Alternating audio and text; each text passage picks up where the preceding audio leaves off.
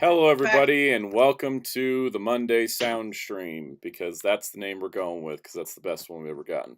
On today's stream, we're going to talk about Hasbro financial stuff and also toy news. So, business and cool toys. More specifically, though, in our voice chat for the stream, as always, we have the graphic designer and the person responsible for a huge chunk of the Transformers Legacy video. It's Dark Claw 643. Hello, everybody. And then the fighter extraordinaire, who also goes by the name Kaos, it's Jerry.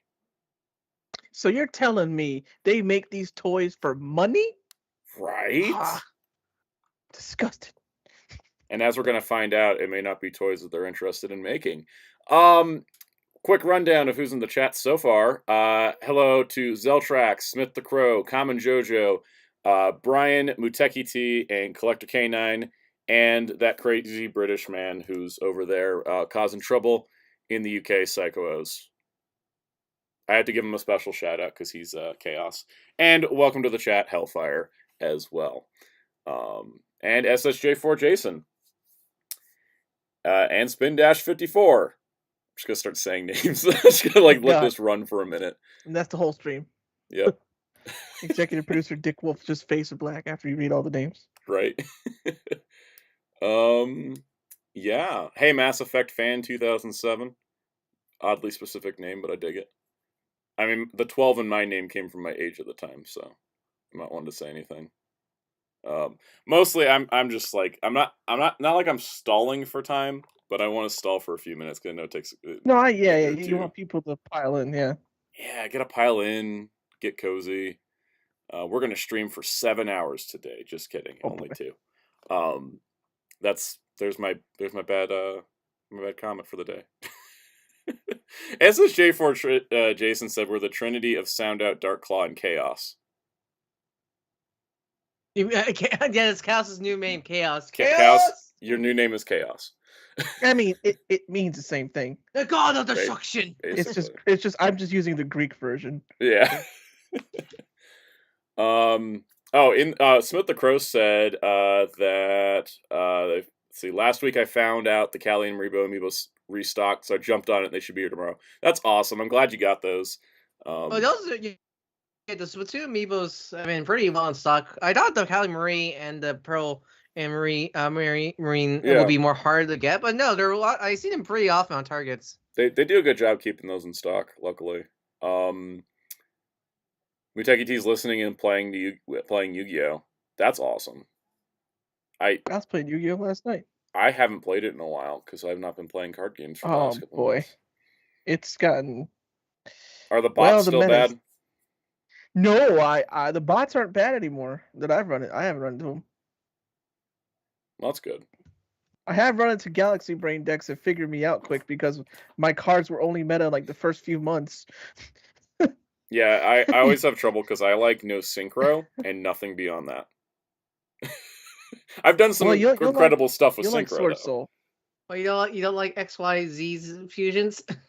No, I don't like Xyz. I don't like Link Summoning. I don't like Pendulum. I could learn it, but I like synchros. I just refuse to learn Pendulum. I just don't know how they work. I think more people should refuse to learn Pendulum. Let's be real. This is why I like the Digimon card game. This is why I like the Digimon card game. They just tell you on the card that's like, here's how it works. There's not like some complicated thing. Mm-hmm. It just stack the card on top of another stack.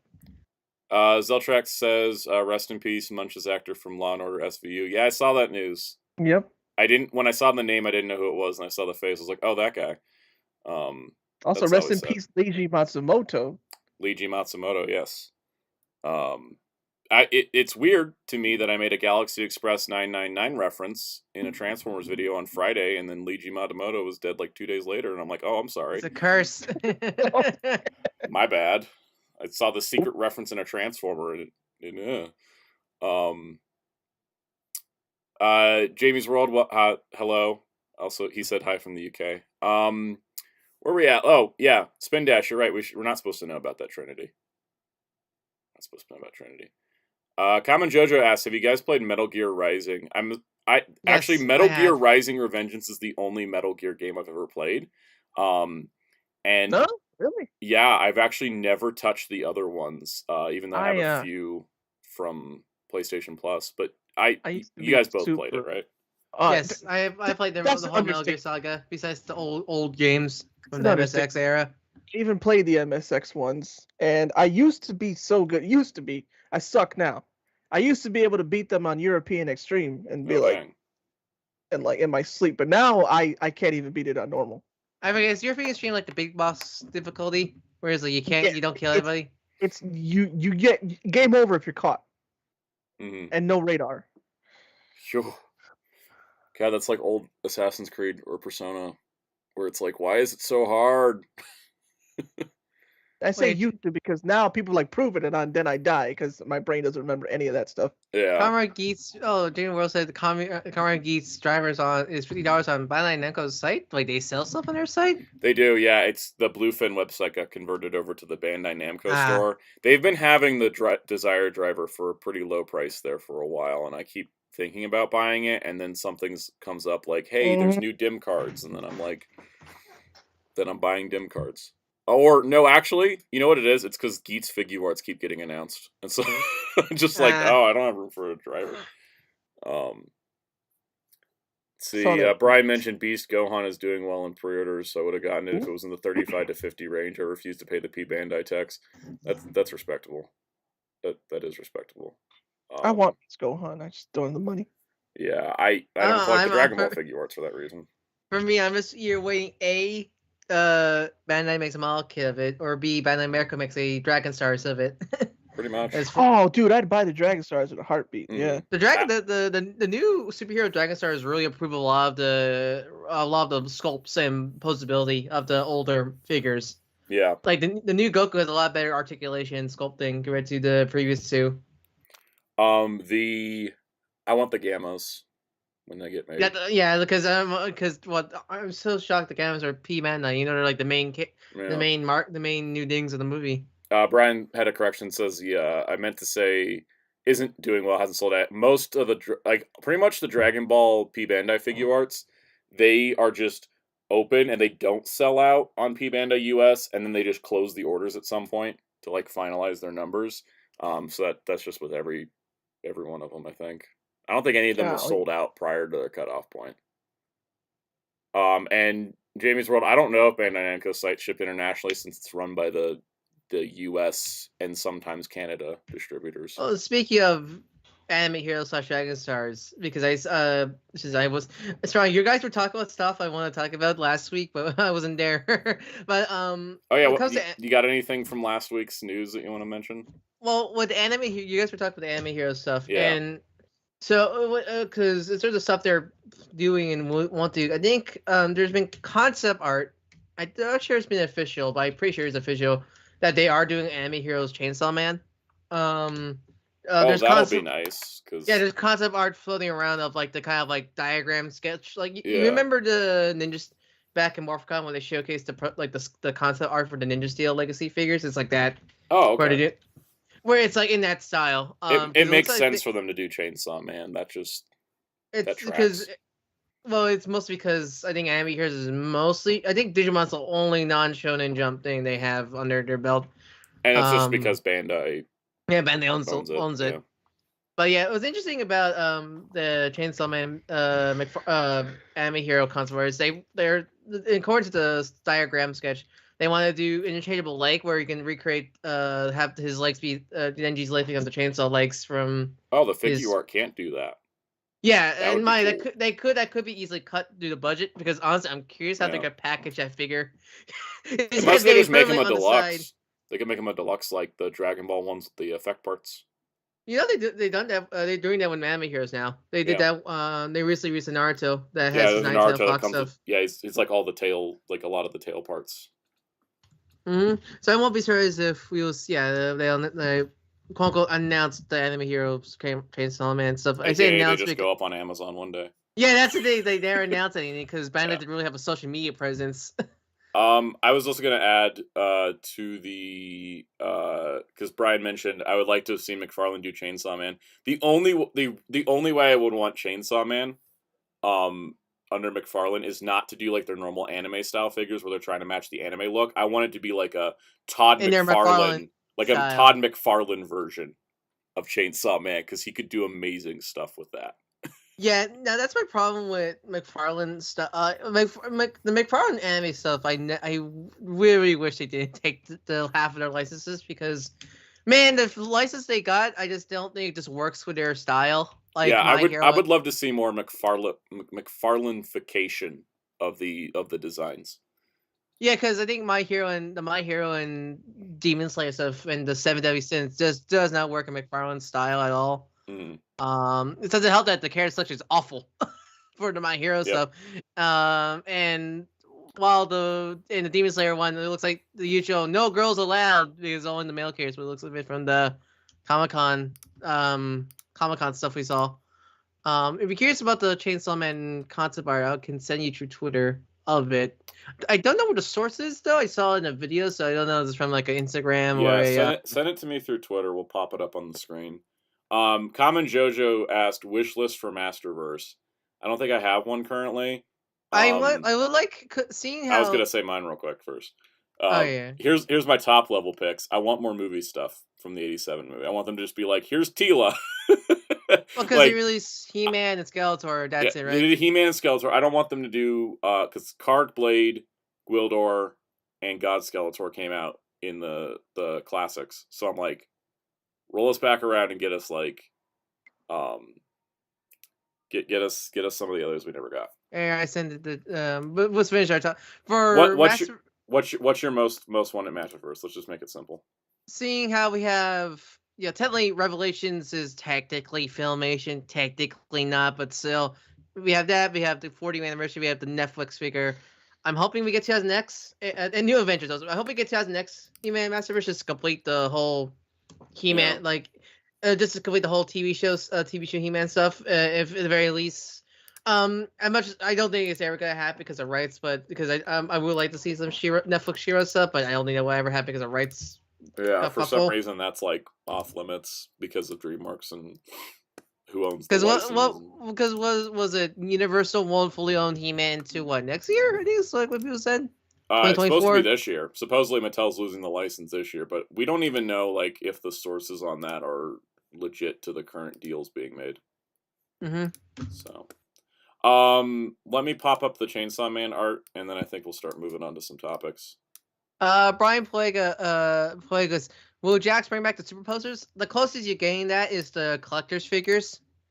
I would love it if they just rolled out the old superposer mold somehow. Just be like, I think they're destroyed, mostly because Jazzer's mold decoration, the mold decoration of them by Mattel and the Jazzer's line were pretty awful. Here is our let me make the screen a little bit wider. Here is our apparent Chainsaw Man from art or concept design sheet. That's what it's called, design sheet. Yeah, because I'm pretty sure this is official. I definitely think this is official because it looks very a lot of the engineering. Legit. A lot of the engineering looks very similar to Bandai's Anime Heroes engineering stuff from Dragon Stars and Anime Heroes. I don't know. So fun. What do you think? Right too. Yeah. Okay. So the Katakana's right. Jerry, do you think it'll have blood on the chainsaws? Because I doubt it. No, not in Anime Heroes. Yeah, that's what sold me on the figure versus like all the other versions. But the Anime Heroes, I don't think so. The Anime Heroes are sold in GameStops and stuff. And aren't they like 4? Don't they have like a 4+ on their packaging? Yeah. Matter of fact, let me look at mine right now. I just can't wait. It'll be fun to see it on the packaging because Denji's always had to be sideways because of the blade. Unless the blade's removable, and then it does, you can pack it separately. Real quick, Tokyo Texas Cosplay says at Soundout12 have been subbed for a while. Right? Yep. So Tokyo Texas Cosplay says at Soundout12 have been subbed for a while. Just want to say keep up the good work. We need more Tokusatsu content on YouTube. I myself try to upload videos of my cosplay trip to Japan.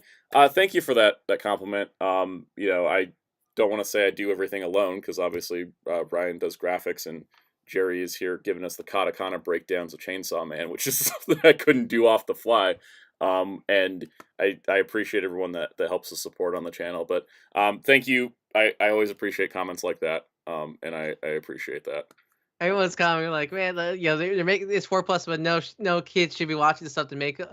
It's only 4+ because the toy safety people must go. It's your toy set for 4-year-olds, and Bandai goes, yes. And then they can put it into stores. Cal says the best comment. I may not be 4, but I am + years old. I just thought of that on the fly. Yeah. Yeah. No. I might get this if it does in fact come with the chainsaw legs, because. Spin Dash, that's right. Bandai's Denji figure art doesn't include the human form. I did mostly because the figure art specifically designed to be in his chainsaw double form, since it's like bulkier and stuff like that. So plus, just because Ultraman Regulos has arms to swap between 2 forms doesn't mean Agito Trinity comes with parts to become his multiple forms, because Bandai is nothing if not inconsistent and frustrating. Mm-hmm. So, should we move on to our next topic? Because this wasn't even technically a topic. I'm happy to see it. I still haven't watched, by the way, everyone knows, I am completely caught up on the Chainsaw Man manga. I have not watched a second of the anime yet. The anime is a really good adaptation, but like I need to check it out. It's one of those things where it's like the advantage of watching anime, just seeing the stuff in animation. I've been listening to the soundtrack though. This is the funny part. It's really I won't good. sit down and watch the anime yet, but I've sat down and listened to the soundtrack. So, Brian says, I'm guessing Makima could come with, because she doesn't use any weapons or accessories. She could come with the dingy head and arms. I mean, that could work hypothetically. Yeah, but she's probably gonna be P Bandai. That's true. Yeah, but she's probably gonna be P Bandai, knowing Bandai. Knowing having accessories for somebody else with a different figure. Oh yeah, no. As the scavenger hunt accessories continue. SSJ4 Jason. I will talk about the CSM Double Typhoon when it gets fully revealed, so I can have thoughts on it. But my first thought... Hold on, I can find the GIF. We're gonna find the GIF. I'm gonna find this GIF because... I'll show you the GIF, because everybody told me at once that it was happening. Because for those that don't know, Bandai, on the 50th anniversary of Kamen Rider V3, reminder to switch screens before I go into my DMs. For the 50th anniversary of Kamen Rider V3, Bandai teased that they're doing a CSM Double Typhoon. And V3 is my favorite Kamen Rider, still completely unbeaten, despite the fact that I have, I've watched so much Kamen Rider. But, nothing's beat it yet. So... everybody told me pretty much universally at the same time. I gotta get this GIF into another tab. You know what? No, I don't. I'll just zoom in. My only reaction was a simple GIF, simply because I love V3 too much. The thing is, I should not be trying to buy another CSM right now. Okay. Like, financially, mentally, space-wise, should not get another CSM. This GIF right here is pretty much my reaction at the moment. And Ryan sees it, because I said it to him, so I can look at it here. Yeah. Will sent me that when you sent him that GIF. He was like, look at this GIF photos at me. This kid's on a teacup riding, having the best time and worst time all at once. And mixed emotions. This was me. This was me to the announcement. Because, I mean, if the Typhoon was 500, how much is the Double Typhoon going to be? One fear. Let's talk channel stuff real quick. For those that may not have seen it, I did a comic book collection tour. People seem to enjoy that, which was nice. And, I mean, I think the video really is good because I think it helps kind of people give, like, it's like your pretty much comic. You could call it your comic recommendation videos, video pretty much. It kind of is, because I talked about it as like, this is my favorite comics and also ones I haven't read yet. So like I made it clear which ones I hadn't read. But yeah, no, it kind of I had some nice conversations with people I've never seen in my comments before about Legion of Superheroes, or how DC can't keep their Flash paperbacks in print. That was the most frustrating thing, is a lot of these ones I want to read, they haven't reprinted in years. Stop. Yep. So check out the Comic Collection Tour video. And then the Transformers Legacy Rundown, which, as I mentioned at the top of the show, Ryan did a lot of work on this. Brian, the answer is no. Neither. No. None of that. I read one of them, and I didn't read the other one. And I was dumb enough to read the longer one that took more time. Well, which one?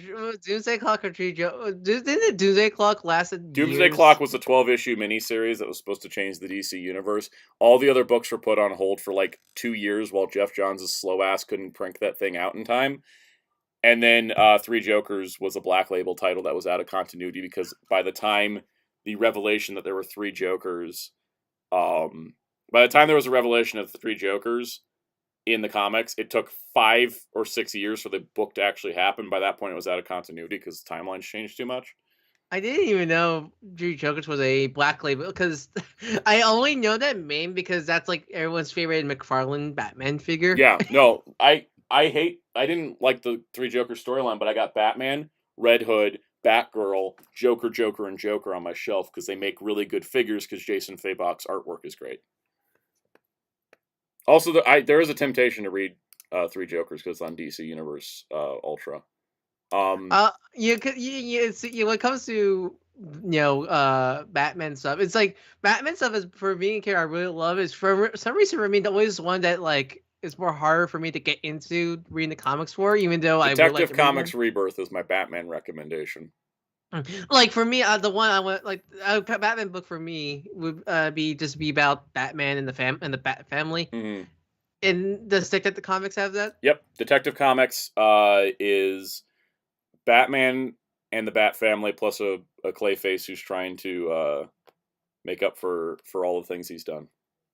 Yeah, that's probably the one I want to read the most because I really like. It is a Bat family book, and I love the Bat family more than. Batman. I think that's the thing that I think they really it's always funny where people they always keep trying to make Batman a loner type where he literally has a full family. Yep. Now biggest supporting cast in comics.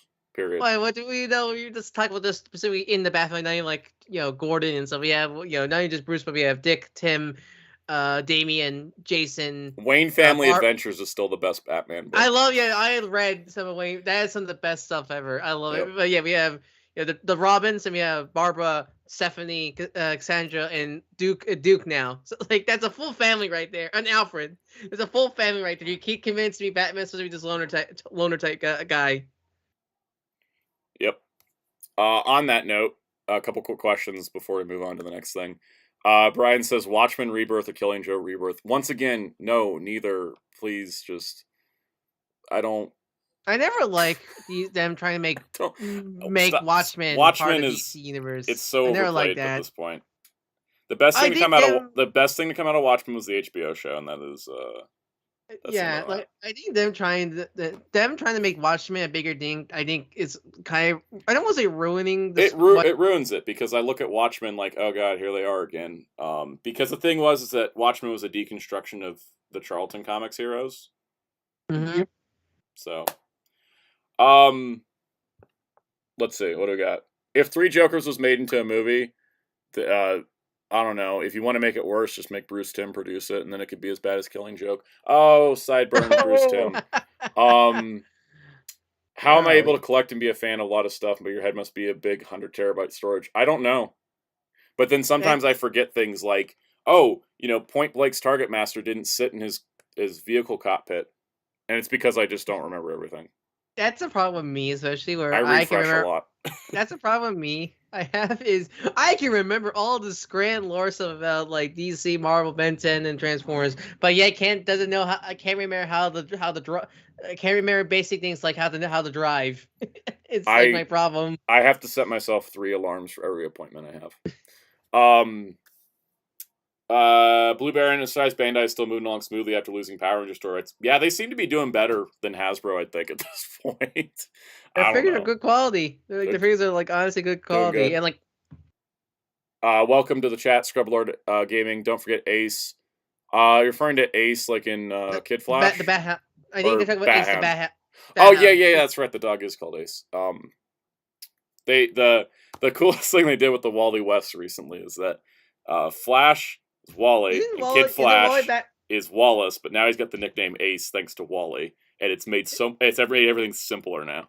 Isn't Wally back as Flash now? Yeah, Wally's back as Flash now, and Oh, really? Oh, I could go back and read Flash comics again. Nice. yes, actually, the current run by Jeremy Adams is the best Flash book since Mark Waid. Yeah, it's Once like, again, proving that Wally is the best Flash. No, like, I don't dislike like Barry Allen or like Hal Jordan at all, but it's more I just more interest in the other characters with that mantle more.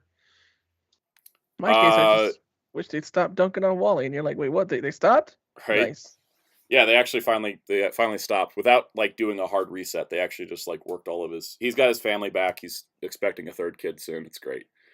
Brian, they did do Flashpoint Rebirth. It was called Flashpoint Beyond, and I didn't read it because I don't care about Flashpoint. Oh, welcome anymore. to the chat, Crossy Hussey. Crossy Hussey. We are talking about the Flash. And welcome to the chat, Super Jam.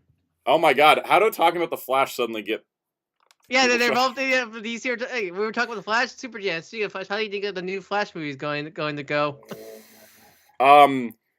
You know what's going to be interesting is because I don't think online hype for DC movies can ever be trusted, especially after Black Adam, where everyone was like, "This is the greatest movie ever, Rob. We got to go see it." Henry Cavill Superman, and then it got kind of like petered out and flopped, and I was like, "Yeah." There was a meme where it showed like a crowded theater, and it was like DC fans online. Then it had an empty theater, DC fans in real life, and it's what always happens is I think like the DC fandom is so fractured. And everything just gets like so sporadic, and then it's like people don't rally up to it, like they don't rally and actually go see a movie. And that's the thing. I mean, that's the thing. Is that more DC fans or like Warner Brothers quality of the movies? Part of it is Warner Brothers not sticking to a plan and going back and forth a lot, having people want to. Oh, I want to see this version of DC. I want this version of DC. Warner Brothers gave us too many options. I love it or hate it, the MCU gave us one choice. You either take it or leave it. You know? Yeah, that's true. Right? Like there's one MCU. There's one MCU. There is 4 DCEUs. Just thinking about the James Gunn stuff, more thinking about it, I actually really am now more disliking the fact that it's gonna be like some anime stuff is gonna be canon to that now, because that's gonna be so frustrating. Because now it feels like everything must tie into the movie stuff and not just be their own. Because for me, that feels like just a creative slump. Like, oh, you want to make a Wonder Woman cartoon or something like that? You don't know how many times that somebody said, "Can I make a Wonder Woman cartoon?" and DC says no. Yeah, because it's like, no, it must be in our continuity or whatever. Like, because the part that scares me about James Gunn is when he said he was going to integrate video games, because that's not ever going to work. That's going to be so bad. Never going to work. But then again, James Gunn has said about 10 things that turned out to be completely false. So I don't know. I miss the days. I just like, God. It's like I hear that. It's like, can we just go back what we used to do and just have tie-in cartoons that don't really tie into the movie but are tie-in cartoons? Yeah. So to get back to the Flash question, first of all, I mean, I can't say if it's going to make a lot of money or not, because the thing is that the trailer got attention, but is that going to actually have people go into the theater and watch it? I think, personally, the Flash movie is the entire existence of the DCEU is hinged on that movie. Because if it does well, this is the problem. It's the entire DC franchise is hinged on the Flash's box office. If it does well, they're going to try to keep elements of the old DCEU. If it doesn't do well, they may not have the money to make the new DCEU. So I'm just leaving this one up to fate. I will probably I don't want to watch The Flash because I think the fact that Ezra Miller is getting away with everything is ridiculous. I think it's the most frustrating because it's a stupidly important movie. Exactly. Because the first Flash movie is the linchpin on whether or not the DCEU gets to exist. My problem with it, like outside of like the whole Ezra Miller stuff, it's not a Flash movie. It's a DC universe movie. A lot of sirens. Yeah, the sirens are like, "Hey, don't talk about it like it's a Flash movie." Oh, for crying out loud! It is Flashpoint. Supergirl's in it in the Superman spot. Michael Keaton Batman is in it in the Thomas Wayne Batman slot. Like, it's Zod's replacing Atlantis and Themyscira fighting. It's fine. Like, it looks fine. I think it'll probably be a decent movie. But I, personally speaking, I'm not going to go see it in theaters because I want DC Living or Succeeding not to be in my own hands. Okay, I've already said for the last few months I'd rather they just nuke everything from orbit and start over, which is not what they're doing. So I'm like, okay, this is what Cadmus was worried about. Sound out exactly. So the thing is that like I don't really, because the thing is I'm so burned out that I'm not excited for The Flash. I will buy it on Blu-ray because I have an ongoing Blu-ray collection and I'll watch it then, but I'm not going to go see it in theaters. For one reason, I don't want to really support it too much because I don't like the way that Warner Brothers is doing things. And two, it's like out 2 weeks before Rise was it Rise of the Beast? No, it's out 2 weeks before Indiana Jones 5, which is my most anticipated movie this year. It's out 2 weeks after Transformers Rise of the Beast, and it's 1 week after Transformers, and then 2 weeks after Spider-Verse. So I'm like, I don't already have enough money to see 3 movies in theaters this year, but I'm going to because Spider-Verse. I'm going to literally cut toys out of the budget so I can go see Spider-Verse, Transformers, and Indy. I'm not squeezing really Flash in there too. How much I really want to see Indy, Transformers, and Spidey are like demand are like lock in place for me. I have to see Spidey because my favorite Spider-Man is in this movie. I've been waiting. Plus, it's Into the Spider-Verse sequel. It's Into the Spider-Verse sequel, so I know it's probably good. But like, I have to be there for I got to show up for $20.99, just like I'm going to show up for Blue Beetle. Indiana Jones, I'm showing up because that's probably the last time there's ever an Indiana Jones movie, so I'm gonna enjoy it.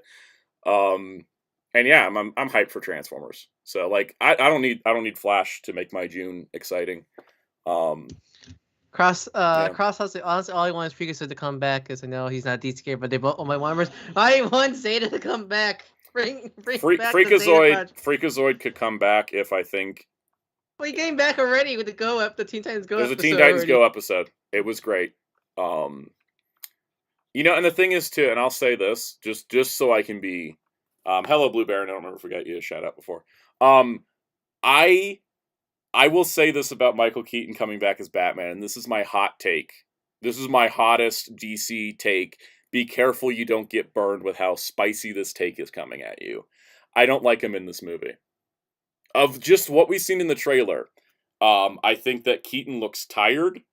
I think that the suit doesn't look right on him. How old is he now? He's 70. And I don't like the one action sequence that shows him dropping down and doing like crazy flips and dropping guys with a CGI double. And I'm like, okay, but you're not hiding the fact that he's a 70-year-old man. This doesn't make sense that he has more agility and moves than he did in 1989. You know what's my problem with Keaton? It's like the opposite. Like it's like he has the opposite effect of Toby and Andrew in from No Way Home, where it feels like they're linchpinning Michael Keaton's back, guys, as Batman in this movie.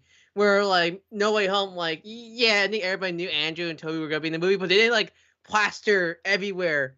Like, oh my God, Andrew Garfield and Tobey Maguire's coming in this movie, guys, kind of thing with No Way Home. Yeah. It made their return more special. Like going like, oh my God, it's Andrew, oh my God, it's Tobey, kind of effect. Where with the Flash, it's like, guys, look, Michael Keaton. You remember him for those old movies he probably watched as a kid, maybe. And that's the thing too, is that with Keaton, the thing with Keaton is that like.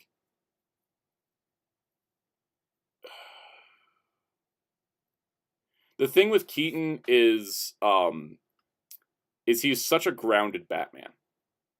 He was such a practical, grounded Batman. So it's like when you get Andrew and Toby back in Spider-Man, they're doing CGI flips and stuff. They did that in their movies. Did that. Yeah. And Krasiasi mentions they should have just made Batman Beyond movie with Keaton. That was the obvious answer. But Warner Brothers doesn't take the obvious answer anymore. Yeah, it's just, I don't know. So I'm not excited for The Flash. I'm just like, I'll watch it eventually. I mean, also, honestly, I think it'll be more bigger surprise they brought back George Clooney. Honestly. Yeah, because apparently there's another Batman showing up too. Like there's a third Batman in the movie.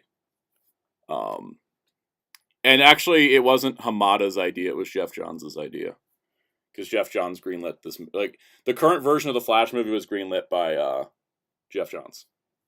So, Anyway, shall we get to our first news topic? I guess so. Which was just going to be like random Bandai craziness. Oh, well, yeah. So Tuesday. Yeah, basically. Hey guys, you want your Kamen Rider Nago beat form from a U.S. site? P Bandai US got her up. Nice. By the way, I think the sirens are gone. Yeah. We will talk about Hasbro in a minute. I need to reply to a text message. Someone vamp for me for a moment. So Nago looks nice. Yeah. She has. I mean, I'll always love her beat form. I mean, it's one of those things where it's nice that at least other writers are P Bandai and not just her, like the olden days. Good paint. Yeah, nice. Honestly, nice, really nice paint. I mean, it's nice that they actually fully bothered to paint the belts this time. Was it Geats? It was Zero One and Saber. They didn't paint any of the belt details. Guess not. So it was like it's nice to see the belts are fully painted. Yeah, no, it's great. The other thing too, with this, going back to P Bandai US, you can still order Buffa and Tycoon, so they're up for a little while. That's for sure. I have not seen the final season of Animaniacs yet. I got kind of stocked up on shows. Yeah, it's out. It came out Friday. Proud Family season 2. Moon Girl and Devil Dinosaur and Animaniacs dropped within like days of each other. So real quick. What do you think of Moon Girl, Devil Dinosaur? I haven't watched any yet. Oh, you haven't watched it? That's what I mean. Oh. These 3 shows dropped within like a week and a half of each other, so I'm still working through Proud Family before I can get to Moon Girl, before I can get to Animaniacs. So I can't wait till you get to Moon Girl, Devil Dinosaur. That show's I got 3 episodes left of Proud Family, season 2. Yeah.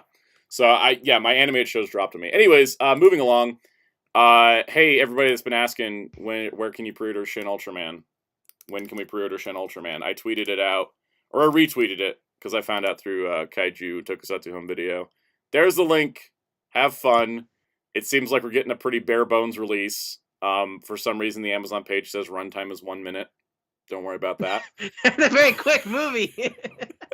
$24.95 is the list price, so it may be even cheaper upon release. So I'm glad to see that. Even though it's Cleopatra Entertainment licensing through MVD, we're not getting like a huge price bump over something that like Mill Creek would do, which is good. It does just say basically trailers, slideshow, English language version. I don't know what they were talking about in the initial announcement with a deluxe collector's home video edition. I think it's still coming, but they're releasing the basic version first. If they do the basic version first and then do a special edition later, I will bitch about that in a video for a half hour. Because I hate when they do that. Like, put your fancy version out first.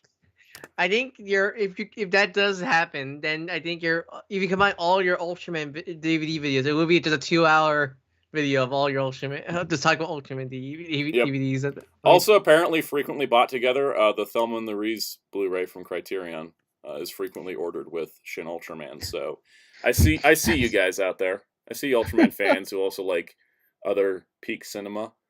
Yeah. I say Shin Kamen Rider is a bit darker, but not as dark as Black Sun, and Shin Ultraman is not that dark, and Shin Super Sentai already exists. It's called Dawn Brothers. I was to say Power Rangers 2017. There's that too. Okay, so we got like official pictures, even though this hasn't been revealed, because who knows when it'll be revealed, because how much of the staff still exists for Power Rangers at Hasbro. Turbo Invisible Phantom Ranger. We had these pictures leaked before, and I didn't really care, and then I saw this photo, and I'm like, oh crap. So I don't know, guys. I might actually buy this because whatever paint and plastic color they're using here, it kind of turned out amazing. It gives me Halo. It gives me like when back in the day when I think it was like McFarlane or whatever. Back when they used to do the Halo figures, when they do the camo variants for figures, it reminds me of that, where it has the blue kind of, I don't know, I'm not sure blue wash is the right term when they do this, but like it always looks nice. For me, it was Phantom. I think I'm waiting for what's this form in Power Rangers universe called? That like one's gold form. Is that an official name? I don't know. Because I like that design. I actually really like how he looks. Morphonaut, that's his name. Morphonaut. I really like the Morphonaut suit. Yeah, shout out to Spin Dash's reply. Pick 3. Yeah, I'm just gonna tank this explosion. No big deal. They do pose them a lot with the explosions. Welcome to the chat, Josh. Frisch? I'm gonna go with Frisch. Apologize. Yeah, I mean it looks nice. I like it. Cross Hussey, thoughts on the Super 7 Power Rangers figures? I think they look great. I just don't have the money. I would buy them. I would even buy the Rangers, because I think the Rangers turned out much nicer on the final product than the designs did. I just don't have money. That's plain and simple. There's too many freaking toys right now. And Blu-rays. Smith the Crow mentioned Sentai Filmworks. They do the limited edition for certain things first. Then when they go out of print, they do the standard. I think that's the best practice. I've seen companies do the special edition after Sony with Spider-Man movies, and I hate it. I just put the fancy edition out first, then put out the standard later if you're not doing it the same day. Because because usually the die-hard fans will go for the special edition first, and then all the casuals will just wait for it comes out officially. Hello, Retro Vintage. Welcome to the chat. I'll also add that, JB's World mentioned, they didn't fire all the Power Ranger staff from what I know, but there's a huge chunk of it, and it wasn't because of anything they were doing. It's because the Hasbro company decided they were laying off 15% of their workforce to make up for some slight financial woes, which we will talk about. We will talk about that in a little bit. Yes, I did see the Super Mini Plot Daijujin, and it's not on this page because, of course, you mean Dai Rhino? You said Daijujin. Dai Ranger Mecha guy. Thunder Megazord. Okay, so remember when we were talking about earlier, how do I keep track of all these things? The short answer is I don't. I just mix them up a lot. Yes, I heard about the Master Morpher. I'll talk about it when it's official. Yes, there's Kamen Rider stuff. We'll talk about those later. I'm just gonna they threw out this one picture because of Dai Ranger's 30th anniversary. There. Super Mini Plots or Shogukan modeling project. I can never. I always call it Super Mini Plot because it's more easier to talk than Shogokukan modeling project for me. It's Bandai renaming things off the same acronym like they did with SH Figuarts. I just call them SMPs now. So SMP, which sounds like I'm saying standards and practices. Here's your standards and practices approved Dai Reno. Let's talk about how Bandai just went nuts last night. They're like, here, 6 new sets have official pictures. Let's start with Chainsaw Man, because when we start talking about this, let's just go for it, right? SH Figuarts, yeah, I should say that. SH Figuarts used to stand for Shochaku Henshin Figuarts, and then it was changed to Simple Style and Heroic Action, and now it's just, I think it's just... SH. It's just SH. It's just, what is it? It's Style and Heroic now. That's all it is now. Style Heroic Figuarts. It's not Figuarts? Yeah. Oh my god, it comes with the Puccia. Yeah, so anyways, this is part of that line, SMP Kits Make Pose, because... It's the same, like, scale as the Mega Man Battle Network figures. Yeah, the Mega Man Battle Network ones. Which I think are, like, similar scale to the... What do you call it again? Super Soto? Yeah. Ink? There's something like that, but anyways, They're not out yet, so I don't know what's the scale gonna be for those. So you get to build Denji as Chainsaw Man, and then you also get to build Denji in just his jorts and shoes. Denji is a bum, Denji when he has a job, and Denji when he's murders. Yeah, pretty much.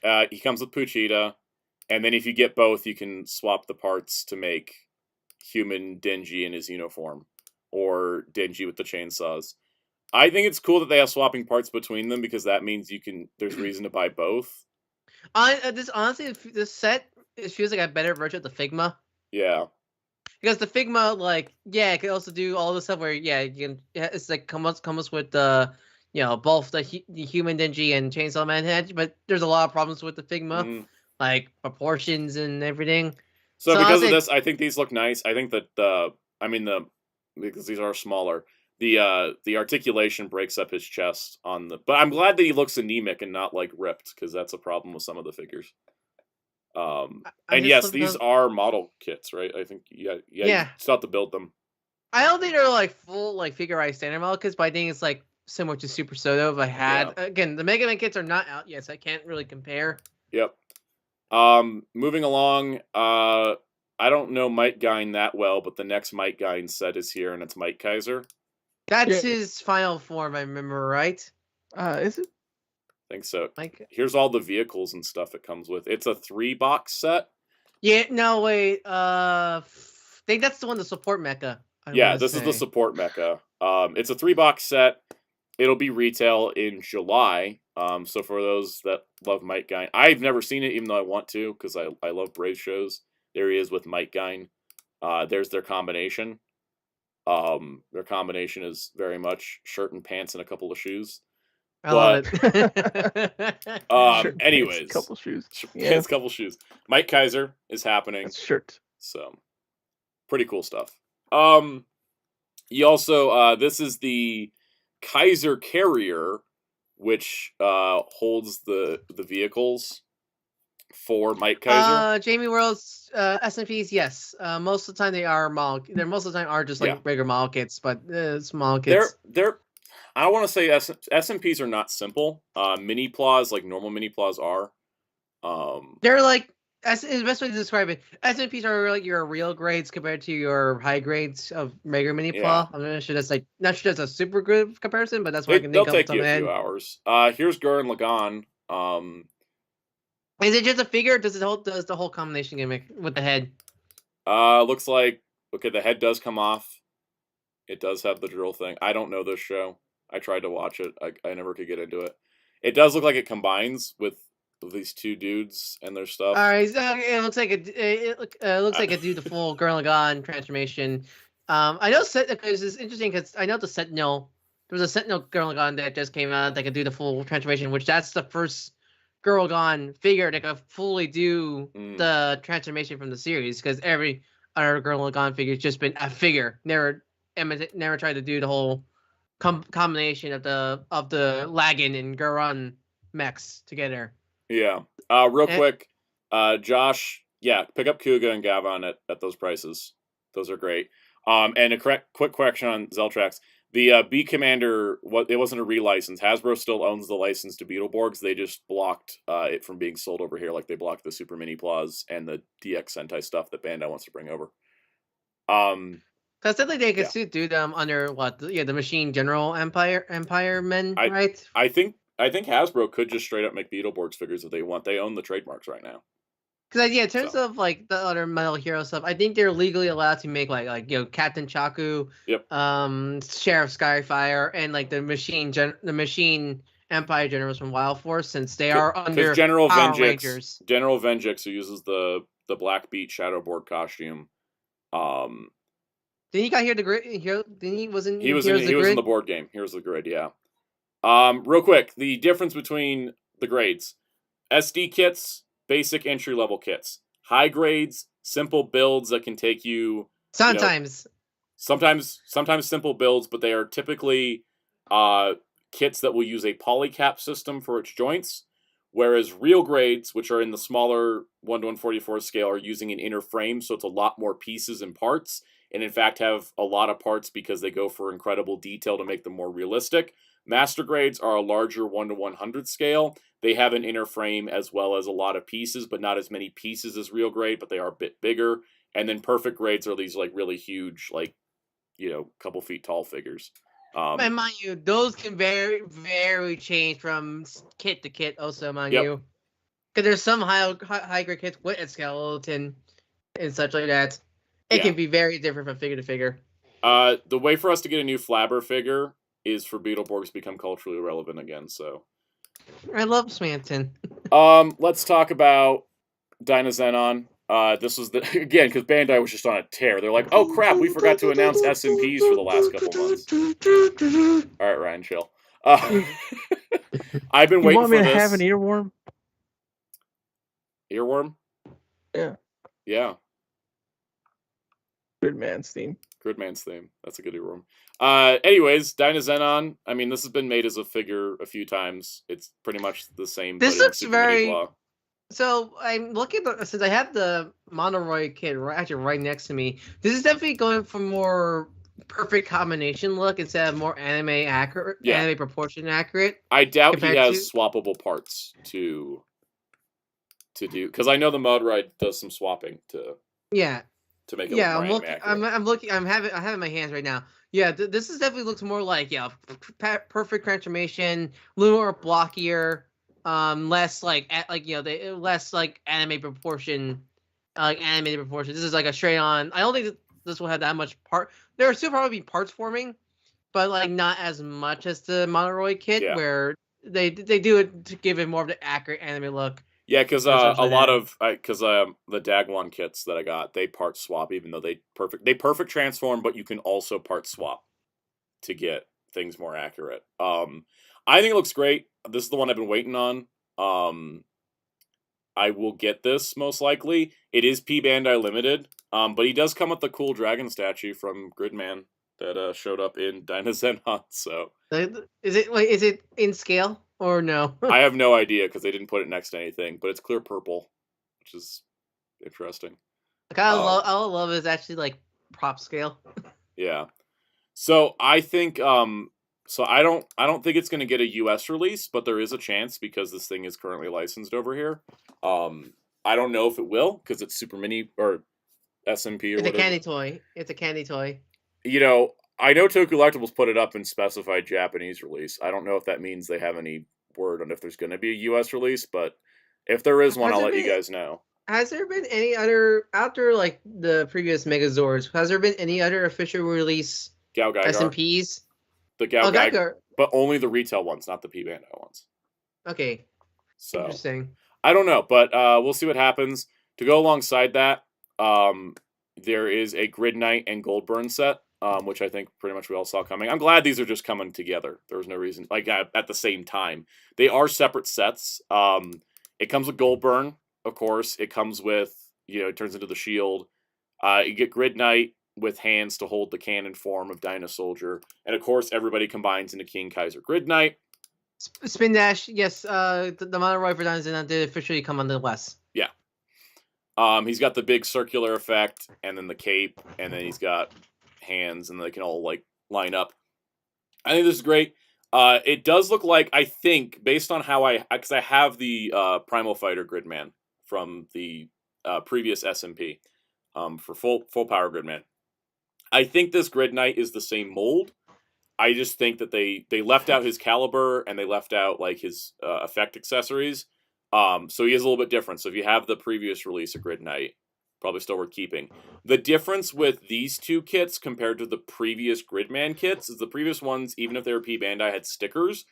I don't see any listing about stickers, and I believe it says in the blog post that these kits don't have stickers. I think these are both fully painted. Which, if this is going to be P Bandai, I will much prefer it just like, and this is for all Candy Toy stuff. I don't want stickers if I'm paying P Bandai prices. Like plain as. The hell was that? There's a loud pop just outside my window. It was Jerry. It is from Jerry's side. Sure, because I felt it on the floor. Something fell over. Anyways. Peacemaker 2448, welcome to the chat. Grid Knight is confirmed same mold with different accessories via the blog post. Spin Dash says blog indicates that's the case. Same body, no caliber. I think smaller circular effect is included. Still some stickers, but hopefully minimal. I imagine there's stickers on Grid Knight. But I do know with the Dynazenon, it does, like, neither, I don't think because usually on the parts count for these, on the pages they mention, yeah, the Grid Knight one mentions complete set of seals, but the Dynazenon one, God, it's sending me to the P Bandai page. The Dynazenon one didn't say seals on it. So I think the Dynazenon's fully painted, and then the Grid Knight has, which makes some sense because the Grid Knight details are a lot smaller. So I went right back to the Grid Knight page. Look at me messing things up. Let's see, because the contents here: assemble plastic kit, instruction manual. Yeah, it doesn't mention a sticker sheet for Dynazenon. Yeah, I think that in general, like, yeah, if it's going to be P Bandai, let it have no stickers. I'm going to go check P Bandai US right now. Let's just double check. I just want to make sure they didn't like put it up here. I'm hoping Big Bad Toy Store will get it as well, because they usually get the Bandai Asia releases of these. So, anyways, anybody got thoughts on the massive amount of SMP? So what I missed, because I actually had to get up to talk about dinner. Okay. Chainsaw Man, Mike Gine, and Dynazenon. Okay, I saw those two.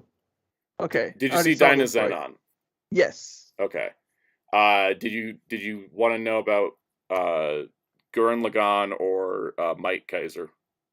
Mike Kaiser, yeah, look cool. But you said that's a model kit. These are like. Yeah, these are like small model kits. But they're more intricate than Super Mini Plot regular. Well, yeah, more intricate than regular Mini Plot. Yeah. I definitely would like the Mike Kaiser, definitely, and the Dynazenon. Yeah, Gurren Lagann, good design. You know who to want, Gurren Lagann. That's our buddy Alex. Yeah. My only problem with this is from the Gagagar ones I had, but they're so small. That's my problem with SMPs. Yeah, I like the size of the Gridman ones because they're figure art sized. Like, yeah, those are fine, but like the Gagagar, I can't stand how like tiny the Gagagar ones. That's why we want to get the real grade kit. Yeah, the real grade Gagagars are nice. Oh yeah. Oh god, should we talk about this Super Robot Wars SRX set? Man, show me, because I love. How much? Oh wait, sorry, that's the parts. The parts set is 7,700 yen. I love SRX. 28,300 for an SMP. All right, what's that translate to US dollars? Oh, never mind. Oh wait, no, I get it now. 28,300 yen. Guys, look at the parts. 200. Oh yeah, I'm not sure. I'm not sure because I'm assuming that's like what $100+, right? Oh no, that's closer to 200. Yeah, 200. So here's the thing with SRX. It's why I love the mech, but also like I hate it because it's always gonna be an expensive kit because it's that's $210 roughly in the US. I mean, look at the R3 and the R2. If you don't know, they're always a separate. They're all a big flying one, and the R2 is the big blue one. Look how big they are by themselves. And they're big mechs by themselves. And then that one right there, that one's the R1. That sword is 17.7 inches long. Like, I love this thing, but it's a nightmare in terms of toys because it's always gonna be super expensive. Because even Ryusei, as much of a nerd he is in the games, he's like, "Oh, cool, my own mech has a mod." Nah, I think it looks great, and it's cool that it's like 15 inches tall, but like it's like $210 after shipping. That's probably closer to 300. I love this. It's like SRX is XRX is like one of my favorite robots of all super robots of all time, but it's like I'll never own it because it always costs that much. This reminds me of how I never got Super Mini Plot King Jader because he was just so big. Imagine the shipping. Yeah. By the way, the SMP Ninja Man is a May release. I have the Super Shoto on pre-order because I collect Ninja Man figures, but I don't know if I can do this one because he's 5,400 yen, but everywhere I look, he's $100 on the middleman sites. I mean, it's a really well-engineered figure. That's the only thing. It's a well-engineered figure because it can do a lot. Well, my problem is that the yen price is 5,400 yen, right? But then if I go on like Big Bad Toy Store and I look for a Ninja Man, he was like $95. Golly, I don't want to do it. I ordered the Shoto Super because he was 40. And I was like, cool. Is Ninja Man 80? Let me go look. Because I didn't know he was that. Yeah, this is one of the things where I'll only pay that much price. Okay, Ninja Man's 80 on Tokusatsu. That's not as bad. I just wish he was closer to like 60. That's yeah. what I'm looking for. I usually only pay that price, like big prices for characters I really love, or I know there's gonna be the only toy of them kind of thing. Yeah, like I was gonna say, if anybody's wanting Mike Kaiser, Gurren Lagann, or the 2 sets, Toy Collectibles has pre-orders up. I'm waiting to see what Big Bad Toy Stores. I price compare shop. I shop around. I don't always just go to one place. That is a smart thing. Just like I'm waiting for Amazon Japan to put up this dim card set so I can compare Toy Collectibles to Amazon to Zen and TCG. I really should do that, but something I should do that, but then Good Smile will go like, if you buy it from our site, you get something exclusive, which I hate. Oh yeah. It's like I pre-ordered the Figma Toka Yasugami from Day Alive and the Ruby Rose from Ruby because there's no other sites will have them, or one of them comes with a exclusive thing. You only get a Good Smile. I'm like, fine, I'll pay them money because I really like the characters. If you guys need the Draken helmet, anybody out there needs the Draken helmet, Big Bad Toy Store's got pre-orders for $135, which I think was the GameStop price. So if you couldn't get it through GameStop, I think it's too much. But if you're a diehard helmet collector and you weren't able to get it because it wasn't available in your region, try Big Bad. Chaos, breathe. Okay, so should we talk about Hasbro financials, guys? Yes. Okay. We talk about Hasbro every day.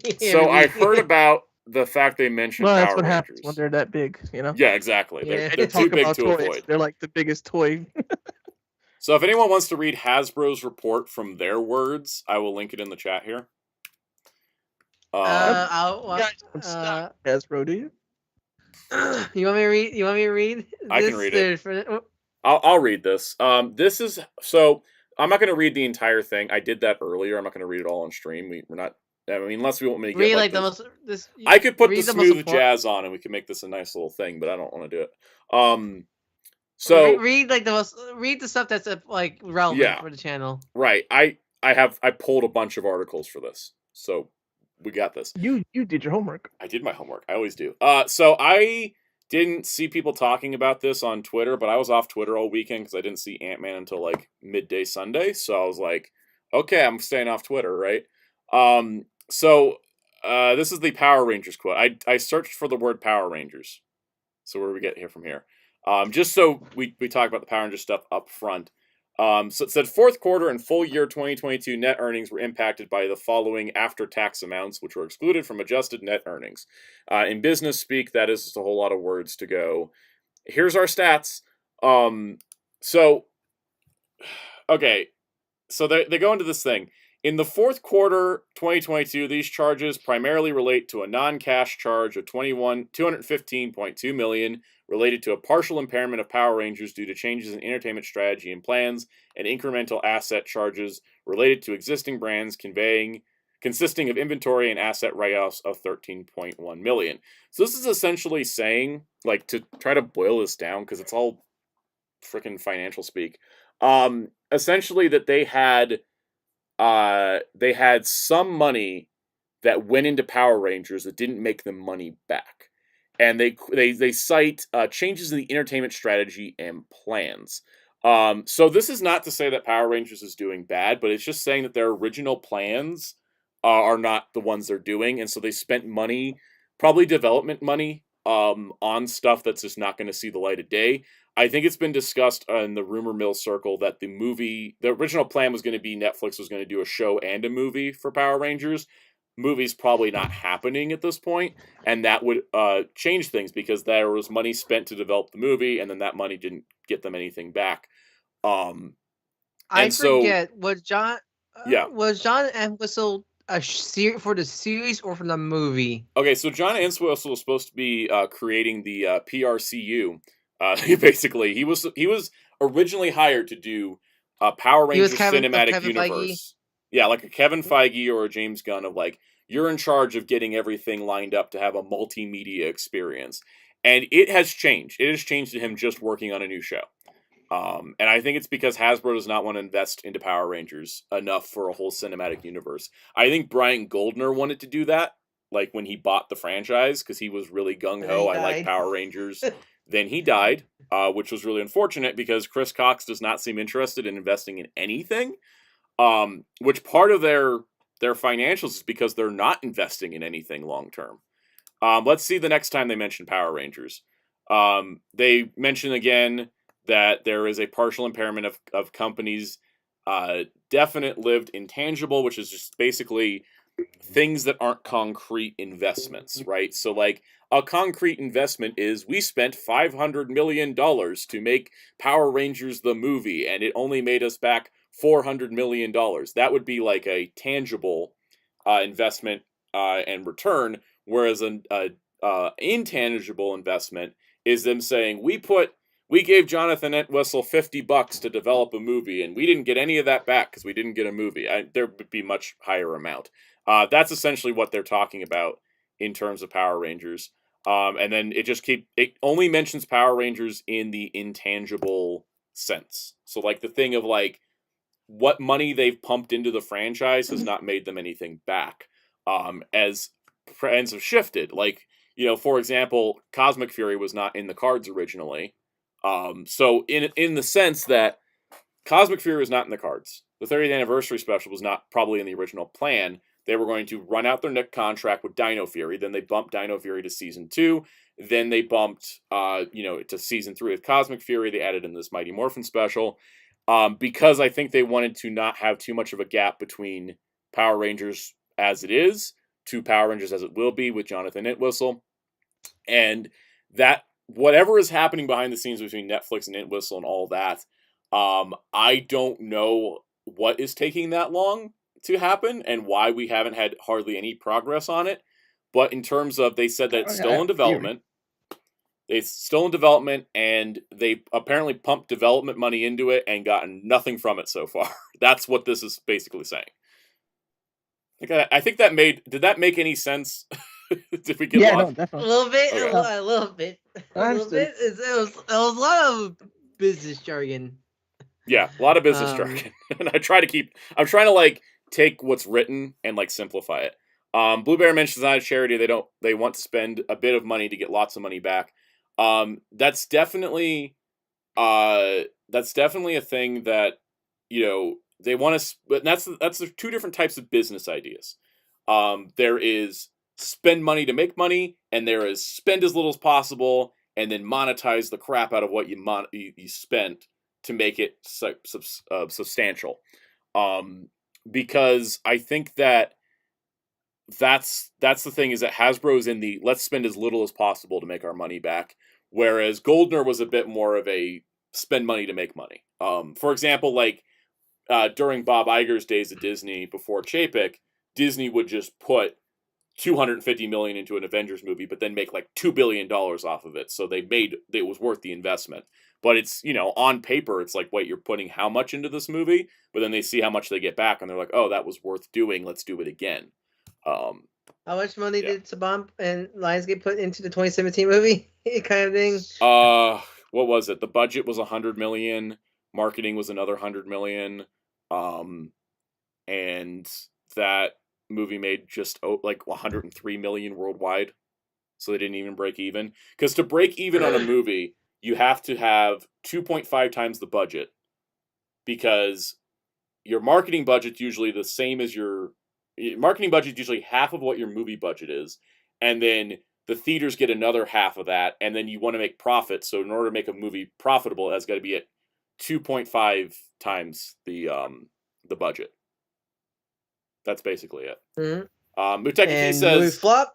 Muteki T says, forgot to say, love how you guys did the Transformers video. Thank you so much. We worked really hard on it. Mm-hmm.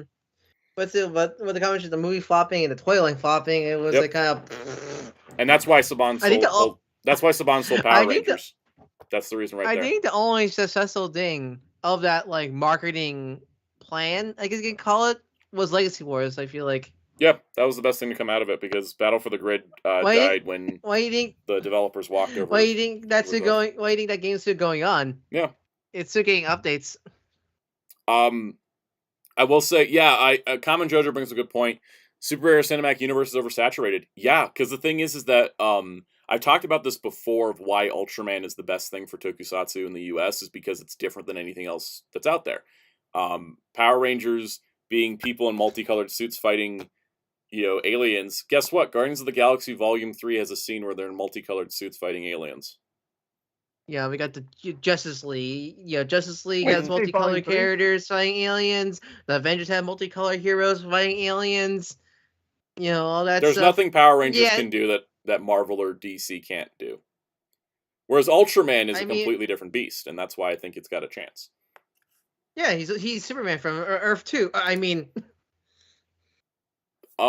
Jerry, you got anything on the Power Rangers side of this before we talk about the rest of Hasbro? You mentioned Entwin and Netflix. I wanted to chime in about that. You mentioned why you wondering why it's taking so long, and my theory is Netflix and Hasbro are probably butting heads like real hard. You know what? Are they butting heads because they're both losing money right now? Probably. Maybe. That's the they can't settle on a budget. They can't settle on a budget, right? Mm-hmm.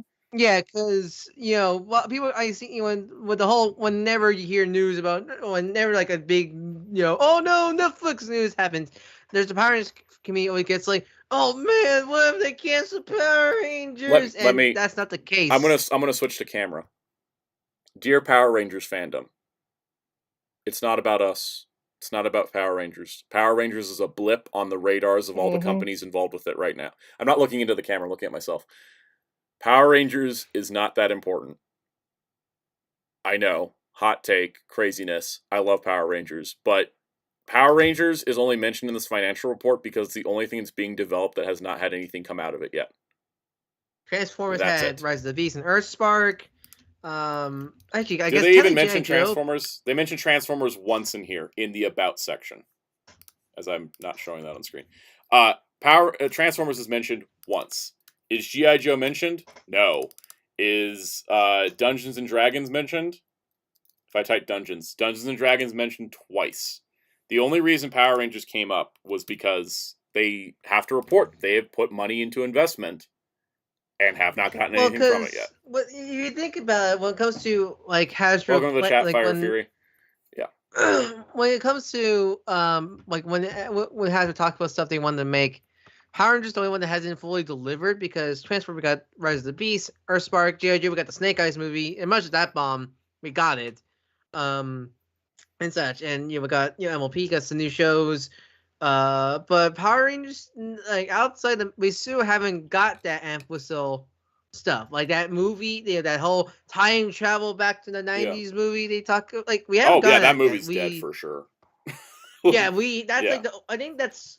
There might be some more. Well, and then we're getting that Dungeons & Dragon movie. I think for every pitch we've heard of, there's 7 pitches that we never did. Yeah, I think PR's the only one out of my recollection that we have not gotten any news update or release yet because everything else from other major brands we got out of that like. To draw a comparison to Disney, until Avatar: The Way of Water came out, Disney's investors were like, "Why'd you even buy Fox?" Wow. Because they're like, "You spent all this money, and it hasn't gotten us boosts in subscribers. It hasn't gotten us any like the Fox movies that did come out did not make that much money. It wasn't until Avatar was like, oh, we're the number 3 movie of the world that they were like, okay, now we see why you bought Fox." But for like 3 years, Disney's shareholders were like, "Why'd you buy it? Why'd you buy it?" Like. That's the problem. It was Fox was an expensive investment for basically Avatar they bought it. That was expensive. Yeah, they bought it. Yeah, they bought it, and it was like again, right? Oh, sorry. Can you say that again, Jared? None of y'all are Hasbro shareholders, right? Nope. Yeah, but they bought Fox, and and every while they had made stuff from the Fox IP. It's always I think everything they have made with the Fox IP like that were made under Disney were always Disney Plus exclusives, and technically they don't make their money back off of those. Technically, no, they don't make money off Disney Plus. They make money off having subscribers, and so it's to feed. Like the only reason to make original content or streaming service is to feed it so that people will come in and sub up for stuff. But Disney Plus sells itself just having the Disney library though. Yeah, because they made this, they made stuff with Diary of a Wimpy Kid, Home Alone, Night in the Museum, but none of those ever did anything. They didn't charge Yeah, they don't charge for those. They just put those on to have something on Disney Plus. I think Avatar: The Way of Water is the first Fox, because there was Fox movies after they bought it. Those were still under contract, not part of Disney's deal. They were just released because they had to because of contract. So I think Avatar: The Way of Water is the first Fox movie Disney had money into because it was the first film that fully was developed under Disney. Since 2019? 2019 was when the Fox purchase was finished, and adding to the Fox purchase, they got a lot of assets for the they got a lot of assets in terms of back catalogs. The biggest thing they got was a chunk of Hulu, but Hulu's not making them money. Them owning more of Hulu does not make them more money than them owning the part of Hulu they had. They got Marvel rights, but those would have expired anyways. Those would have just expired and gone back to Disney regardless. They didn't necessarily have to buy the company from Marvel. I think they wanted more stuff for Disney Plus, and I think they wanted to get enough Hulu so they could buy Hulu, but now they can't afford to buy Hulu. They can't buy out Universal's part of Hulu. Even though they should probably go up to Universal and make a deal and be like, here, have Ice Age. I don't know. Start trading. Oh, right. I'm just imagining, oh, right, I get a squirrel. Rights is a weird, business contracts or rights are always confusing. Funny story, Disney doesn't own the rights to Scrat from Ice Age. Yeah. The contract stated it would default to the original creator after a certain point, so right as the Fox purchase happened, Disney lost the asset of Ice Age that was worth money. Wow, exactly the one thing. The one thing from Ice Age, the one thing from Blue Sky, I should say, that was actually worth anything. Yeah, I like robots. But it's always funny when rights would come to business rights, because it's always funny because you could go to HBO Max and what's that? There's Disney movies on here. What? Because of just contracts. Because they had deals with HBO. Yeah, it's always funny whenever you see Fox or Disney stuff on HBO Max or other stuff or on Netflix, because just I like Peacemaker's idea. Peacemaker's idea is great. Start trading IPs like it's a sports league. Yeah. I don't think Disney really needs to have Alien and Predator. I think other people could do better with Alien and Predator. Yeah, it's kind of weird because didn't recently was it Hitmonkey on Hulu got rid of the Marvel branding? Yeah, Hitmonkey got renewed somehow on Hulu, but then it isn't branded as a Marvel show anymore, and I didn't understand it enough to look into it. And that's weird because I find that weird because Hitmonkey is a Marvel character. Yeah. Why remove the Marvel branding? It's like removing any DC branding from Superman or something like that. It was weird. I was also like, see you later, Josh. Thanks for joining. The weird thing too is I sat there going, wow, couldn't renew MODOK though. Also, hey LPH, Batman on Disney Plus is a possibility because apparently Caped Crusader was being shopped around to other streaming services. And yet no one picks up the Batman show. Apparently no one did. I feel like the deal was made and they just didn't make it public yet. I hope. That show. I was gonna say you hope. I hope. The more I think about Caped Crusaders, the more I'm not looking forward to it, but more of I'm not gonna be super big on it not because I don't think it's gonna turn out good, but more of there's nothing I feel like it's gonna be super unique about that Batman cartoon compared to others. I think the problem is we don't, unlike with say My Adventures of Superman, where we got we got enough from My Adventures of Superman to make me excited. The character designs alone make My Adventures of Superman better. Batman Caped Crusader was there let's do another early Batman story, and I'm like, God, this is the 5th time. Well, because it's weird because they're banking on Bruce Sims on it and J.J. Abrams, and is Alan Burnett gonna be on that shit? Is Alan Burnett also on that series? No, but that may be the thing is currently J.J. Abrams signed a deal with DC to develop stuff, and everything's been canceled except for Caped Crusader, and that might be the only thing. And J.J. Abrams basically scammed Warner Brothers out of several $1 million. He didn't actually produce anything. He got a contract, got paid, didn't have anything come through to fruition, and then that was it. He's but still, it's I just think with Caped Crusaders, yes, we'll just keep redoing Batman anime series, but in a noir style or where they said they want to be is Can we just have a new Batman show based off the modern stuff with all the new Bat family members, please? Of right? Kids and let's have Duke kids Thomas and something casual- besides Bat Wheels. You want stuff that's actually cool? No. Yeah. Yeah, Bat Wheels is. I think Bat Wheels is fine, for preschool kids. But that's sadly not super act. I don't think that'll be super act because kids will be like, oh man, I like Thomas, Duke Thomas and Cassandra Cain. Wait, well, why are you not Batgirl and Robin in the comic books? What? All right, so yeah. Time for me to rag on Hasbro again. So Tuesday. It's Monday. Because it's Thursday. Fire Fury. I'll talk about the Cosmic Fury thing after the Hasbro stuff, so that if people don't want to hear about it because of spoilers, they don't have to. I would like to talk about it, but I don't want to spoil people. Just unsurprisingly, but we'll do it after the Hasbro talk. Okay, so here's my problem with Hasbro. Hasbro's they said their financials was the reason why they had to lay off 1,000 people, 15% of their workforce. Their full year revenue was $5.86 billion, which was down 9% from last year. Oh, God. If every executive at Hasbro took a 9% salary cut, that would make them, if every executive took 9%, oh, no, let's just say they lost 9% in revenue, right? So you take that 9%, whatever that amount is, and then just take that as a pay cut from all the executives. They may have to skip caviar once a month, but they'd be fine. They didn't have to cut 1,000 employees. They'll still get $1 million checks in the mail, probably. Several $1 million checks. This 9% down, down 9% is not a reason to be cutting 1,000 employees. I think they just thought, oh, Apple and Google are doing it, we should do it too.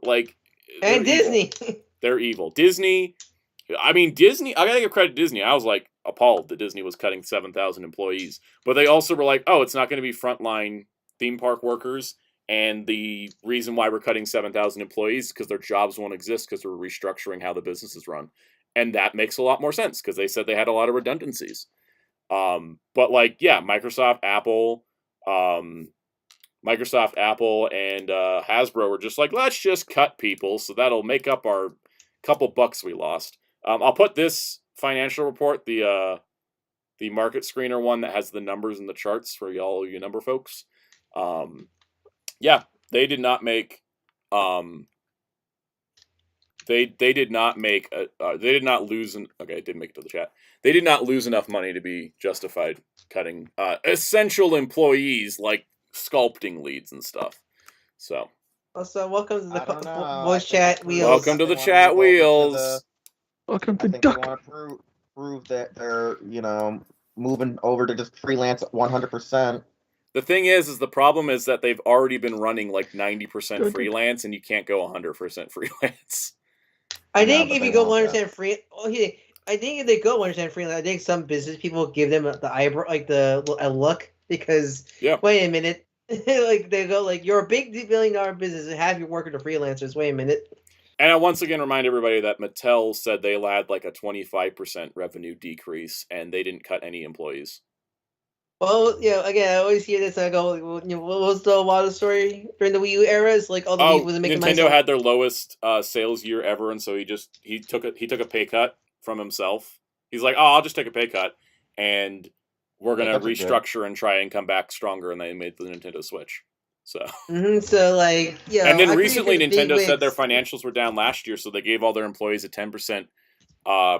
They gave their employees a 10% pay increase to encourage harder work in the new year.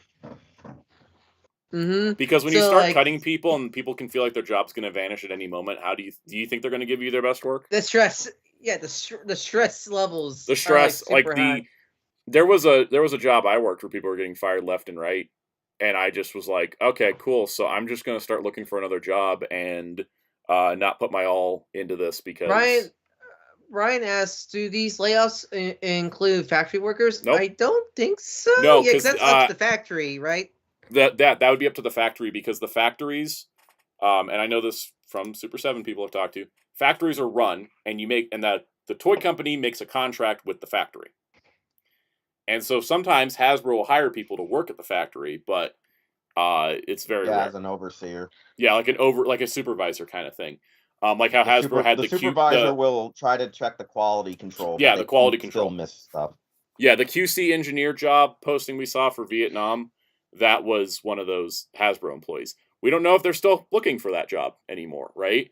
But the thing is what we've heard from Hasbro, from people that have been let go, it was marketing people, design leads, sculpting leads, like all that, which was just like insane. Like those are like the key positions. It's kind of like if you walked into a restaurant and said, "Oh, we lost 9% revenue." Okay, so headline cook, you're out of here. Manager, you don't need to be here. Cash register, we're gonna do that we're just gonna have the computer run that. That's kind of what Hasbro did. They took out all the key positions that you need. You mentioned line cook. That was my job. Right? It's kind of like they walked in. It's like if somebody walked in to your job and was like, "We don't need the line cooks anymore. They're not essential." And then they just brought in a bunch of freelance line cooks later. It's funny too because like could do that where I used to work. Yeah. They could, because the fun part is too is like, as Jeremy explained, what a line cook essentially just is just like it's a waiter and a prepper for the staff, which is like, I'm not gonna. It sounds like when you hear like line cook, you think like, oh, it's actually a pivotal job, and it's like, no, you're just waiting on the staff. Even in fancier restaurants, it's basically the same thing. Yeah, you prep stuff for the real cooks. Yeah, but the thing is that if no one's there to do the job, it slows down all the productivity, right? Yep, it does. Yeah, if we weren't there, yeah. How long will it take for things to get approved if every design lead is no longer at Hasbro, and then everything has to be freelance? Who has to like approve stuff then? Like what? Video games. I can give you a video game analogy. QC. Yeah, there's a guy with QC, but they will never just have one guy. And if they do freelance, they bring a ton of people who are QA, quality assurance, to bug test the crap out of the game. Except Game Freak. Well, except Bethesda. Yeah. I was gonna add to this. Are the Hasbro streams gonna be one person revealing stuff? Maybe. We haven't had one since the layoffs. There was supposed to be a G.I. Joe one last week and it got delayed. It's all gonna be it's all gonna be like AI robots like now. I think okay, so Emily from G.I. Joe said that the stream was delayed, that pre-orders are gonna go up on the new stream date as opposed to the one so I'm assuming she still works there. I don't know for sure. Like that's the worst part is we don't know who's left. And the thing is, because we know several people we've seen on streams that have been laid off, I don't know how many people are going to be on the G.I. Joe stream. I don't know how many people will be on the next Power Rangers one. Or if there even will be one. Like Power Rangers hired Hasbro fired their Power Rangers digital marketing person. How are we going to get live streams if the digital marketing person doesn't work there anymore? That's where I can't get this. This makes no sense. I got a feeling that in the future, like pulse streams will be just generic, kind of like. I don't even think we're gonna have pulse streams, to be honest. Well, no. What I think it's gonna be much like a slideshow where it'd be like someone doing voiceover, going like, next we reveal Transformers Legacy Commander Class Armada Optimus coming soon. Pre-orders opens it's gonna be like that. Mm-hmm. It'd be like if it keep going like. Well, because currently we've had like 12 Marvel Legends get revealed just through Twitter. No stream, just here's a reveal. And we haven't heard any other streams beyond the G.I. Joe one that's happening March 8th. I want to get to a couple other Hasbro articles because I did find some interesting things here. Here's some more charts to show Hasbro's financials. Hasbro talks about their financials like they suddenly dropped off and was a complete disaster. And it's like, no, they just went down slightly. It's they're making a mountain of a molehill situation. And for a lot of most corporations do that. Yes, it's dumb. We lost 10%. Oh my god, we lost. God, 10%. Let's fire everybody. Yeah, that's what Hasbro basically did, right? They cut 15% of their workforce for 9% loss in revenue after just 1 year. Look, it climbed, it dipped a little bit. Not even as they went. They weren't even as low as 2021. They didn't even dip. It's not like they went down to like lower than the previous year. It's just like they didn't even lose that much, guys. Like, this is ridiculous. Because yeah, technically Mattel did worse by technicality, right? Yeah, Mattel did way worse. And then adding to that, the forecast shows them losing money and then picking up money because Chris Cox's contract runs out in 2024. I think this analyst, whoever put this graphic together, is like showing their increase after Chris Cox is let go because I don't think he's leading the company in a good way. Hey, man, let's not forget, though, Mattel once made a Nerf wannabe missile gun that got outlawed in like 10 countries. Yeah. Well, the Boomco Buster. Yeah. Yeah, they made like this giant see you later, Smith the Crow. Yeah, no, that's totally a thing. They've never been good. Yeah, no, Mattel does not. I don't know. Mattel messes around and finds out, like, which is kind of cool. But like, yeah, looking at this, they didn't lose that much. The other thing too is that Hasbro's trying to sell off E1. They still are trying to sell this.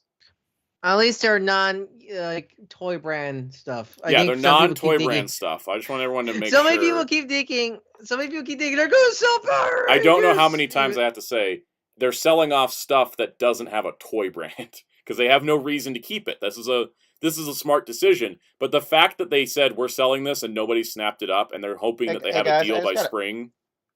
Hold on, Will. It's my turn to talk.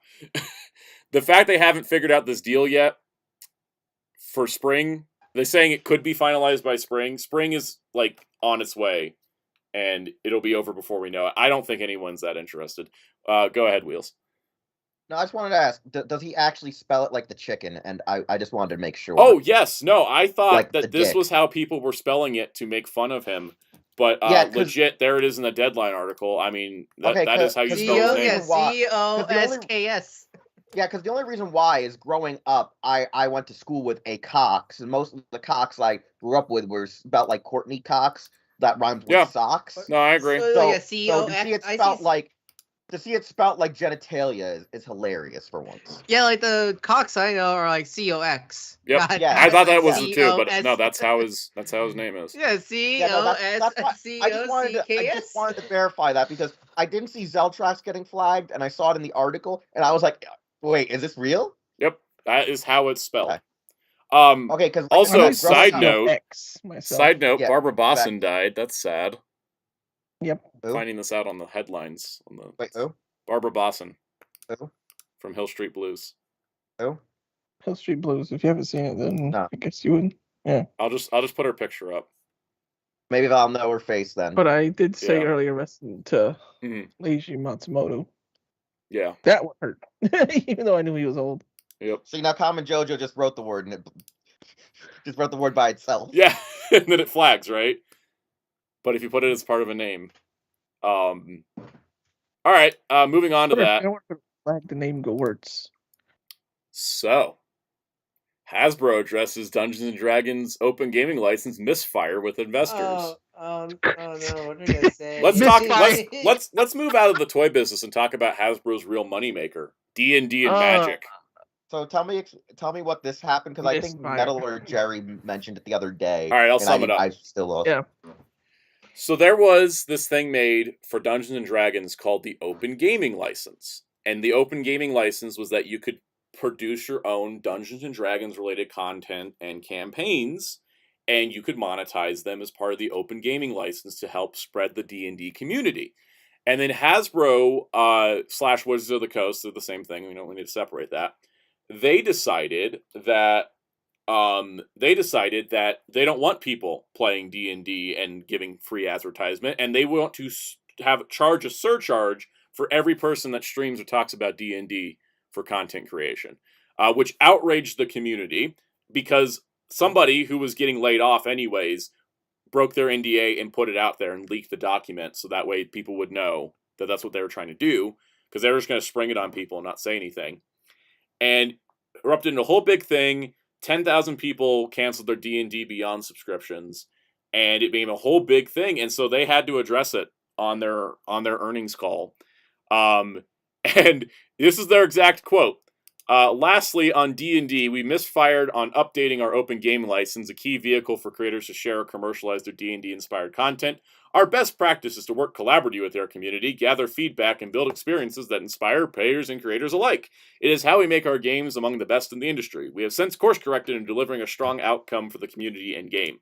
Basically, they got caught red-handed, and they're not going to try to do that anymore. They're like, oh, crud, we didn't do it. Yep. So because of that, the thing is too, here's another thing. Magic the Gathering is now a $1 billion IP. Guys, well, Magic the Gathering makes $1 billion. And they're still cutting employees from the Wizards of the Coast division that makes Magic and D&D. They cut not just the toy stuff. They were cutting people out of their big moneymaker. And that's even more, I mean, because I don't follow. Who do they think they are with their figgy pudding? I don't follow the Magic side, but I know people do, and like it's just been bad for Magic because I know. Oh yeah, people have been dropping out of the game. Because don't they do like $10,000 like booster packs or something like that? $1,000 booster packs. $1,000 booster pack. Yep. And get this, Ryan, all those cards, tournament illegal. Yeah, what's the point? They give you the what's the point of buying them? They've been chasing the scalpers more than they've been chasing the players, right, Jerry? It's like if it's like if the Pokemon Company did like a special. Like Pokemon card set just for those scalpers who were scalping like during 2020 or something like that. More specifically, it's if they did that and then made that their entire business model.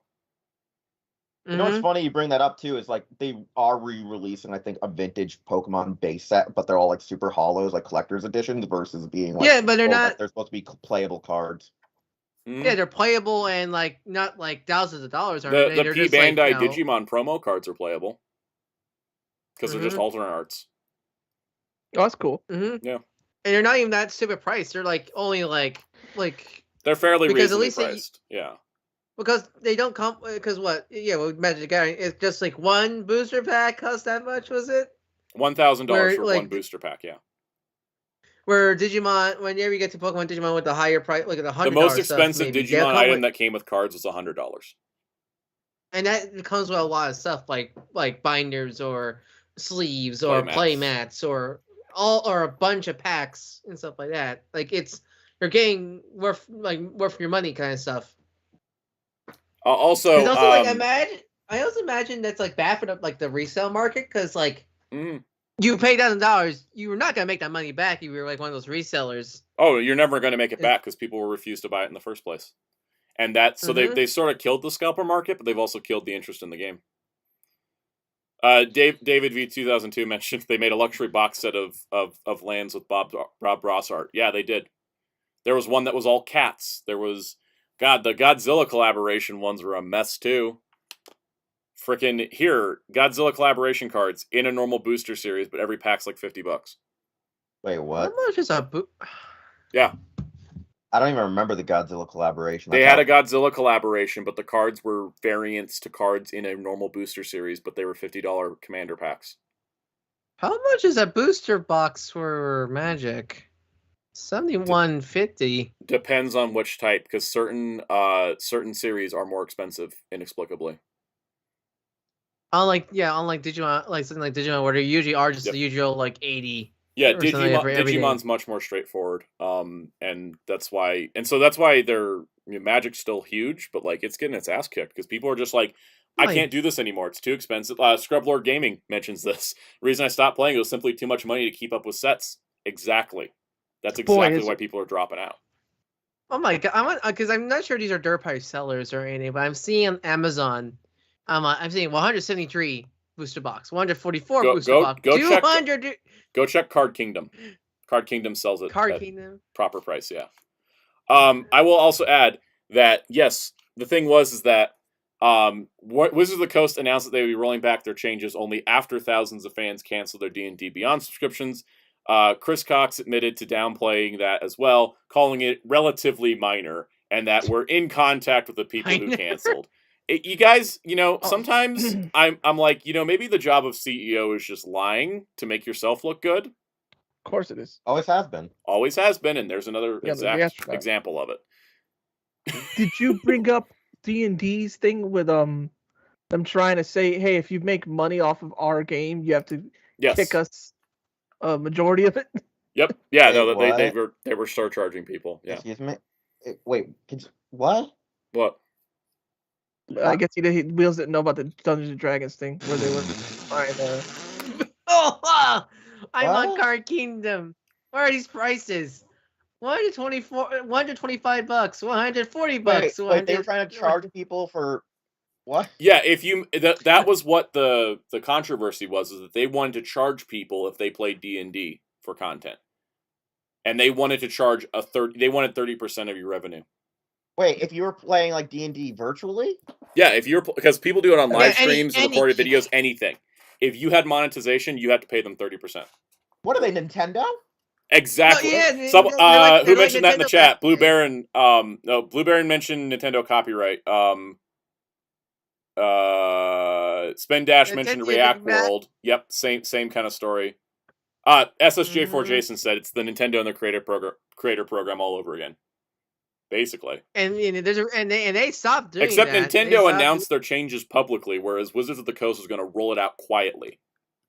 Well, yeah, didn't people only find out through like digging or something like that? Well, no, the thing was somebody leaked the document of the changes to the open gaming license, and they got laid off like a week later. They leaked the document, and only because they leaked the document, anybody knew about it. They were going to roll out the changes quietly and start charging people without telling them. They weren't going to make people accept new terms and conditions. They were just going to update the document and say, "Oh, it's in the contract that you owe us this money now."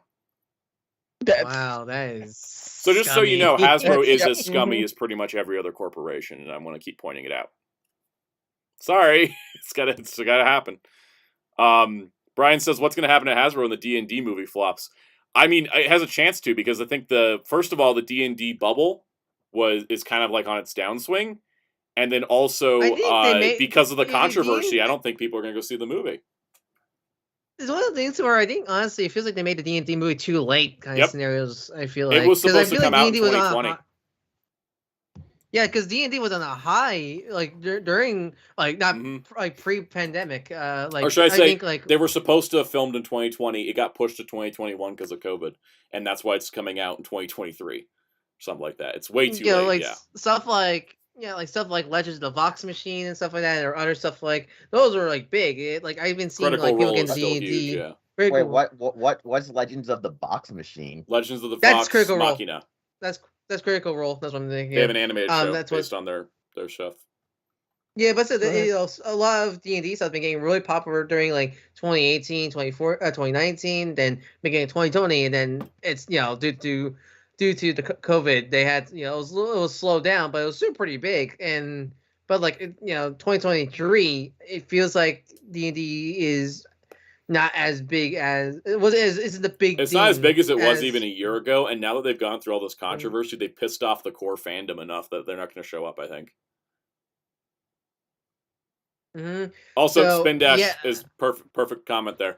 Hasbro execs when the movie flops due to low fan engagement. How could we possibly have averted this crisis? Yeah, like I think they're putting two. I feel like they're really. It's kind of like the Snake Eyes movie, where I think they're banking on.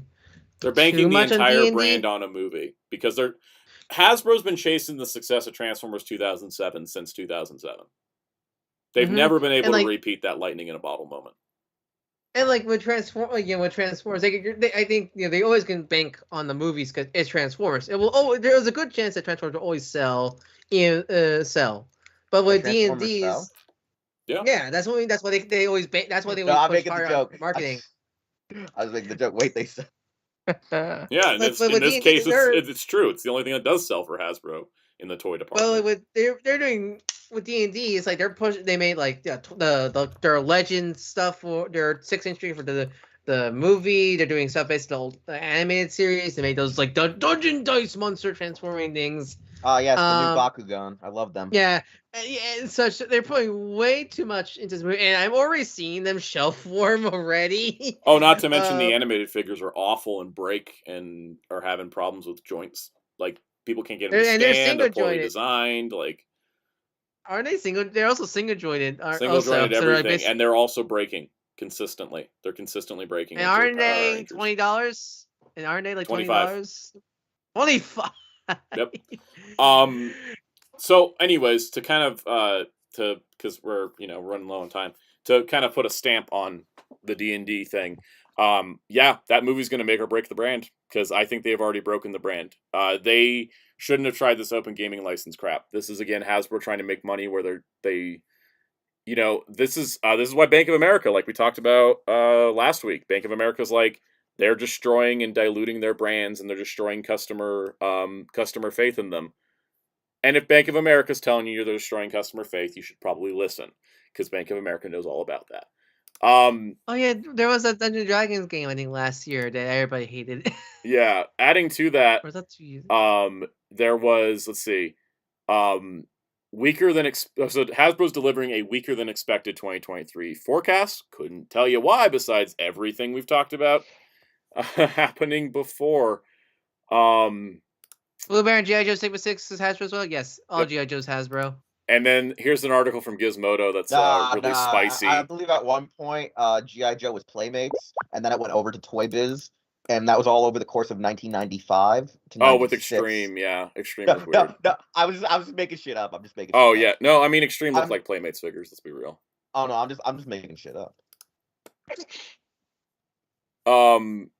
Anyways, I love the image. I pulled up this Gizmodo article simply because I love the image they used. Because this is pretty much how Hasbro feels like this is what they are, and this feels like us.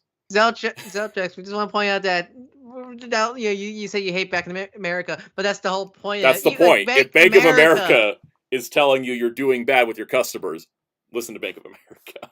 Yeah, Bank of America, a company that half of the world despises, is calling it Hasbro. Exactly. Yep. You're doing something wrong.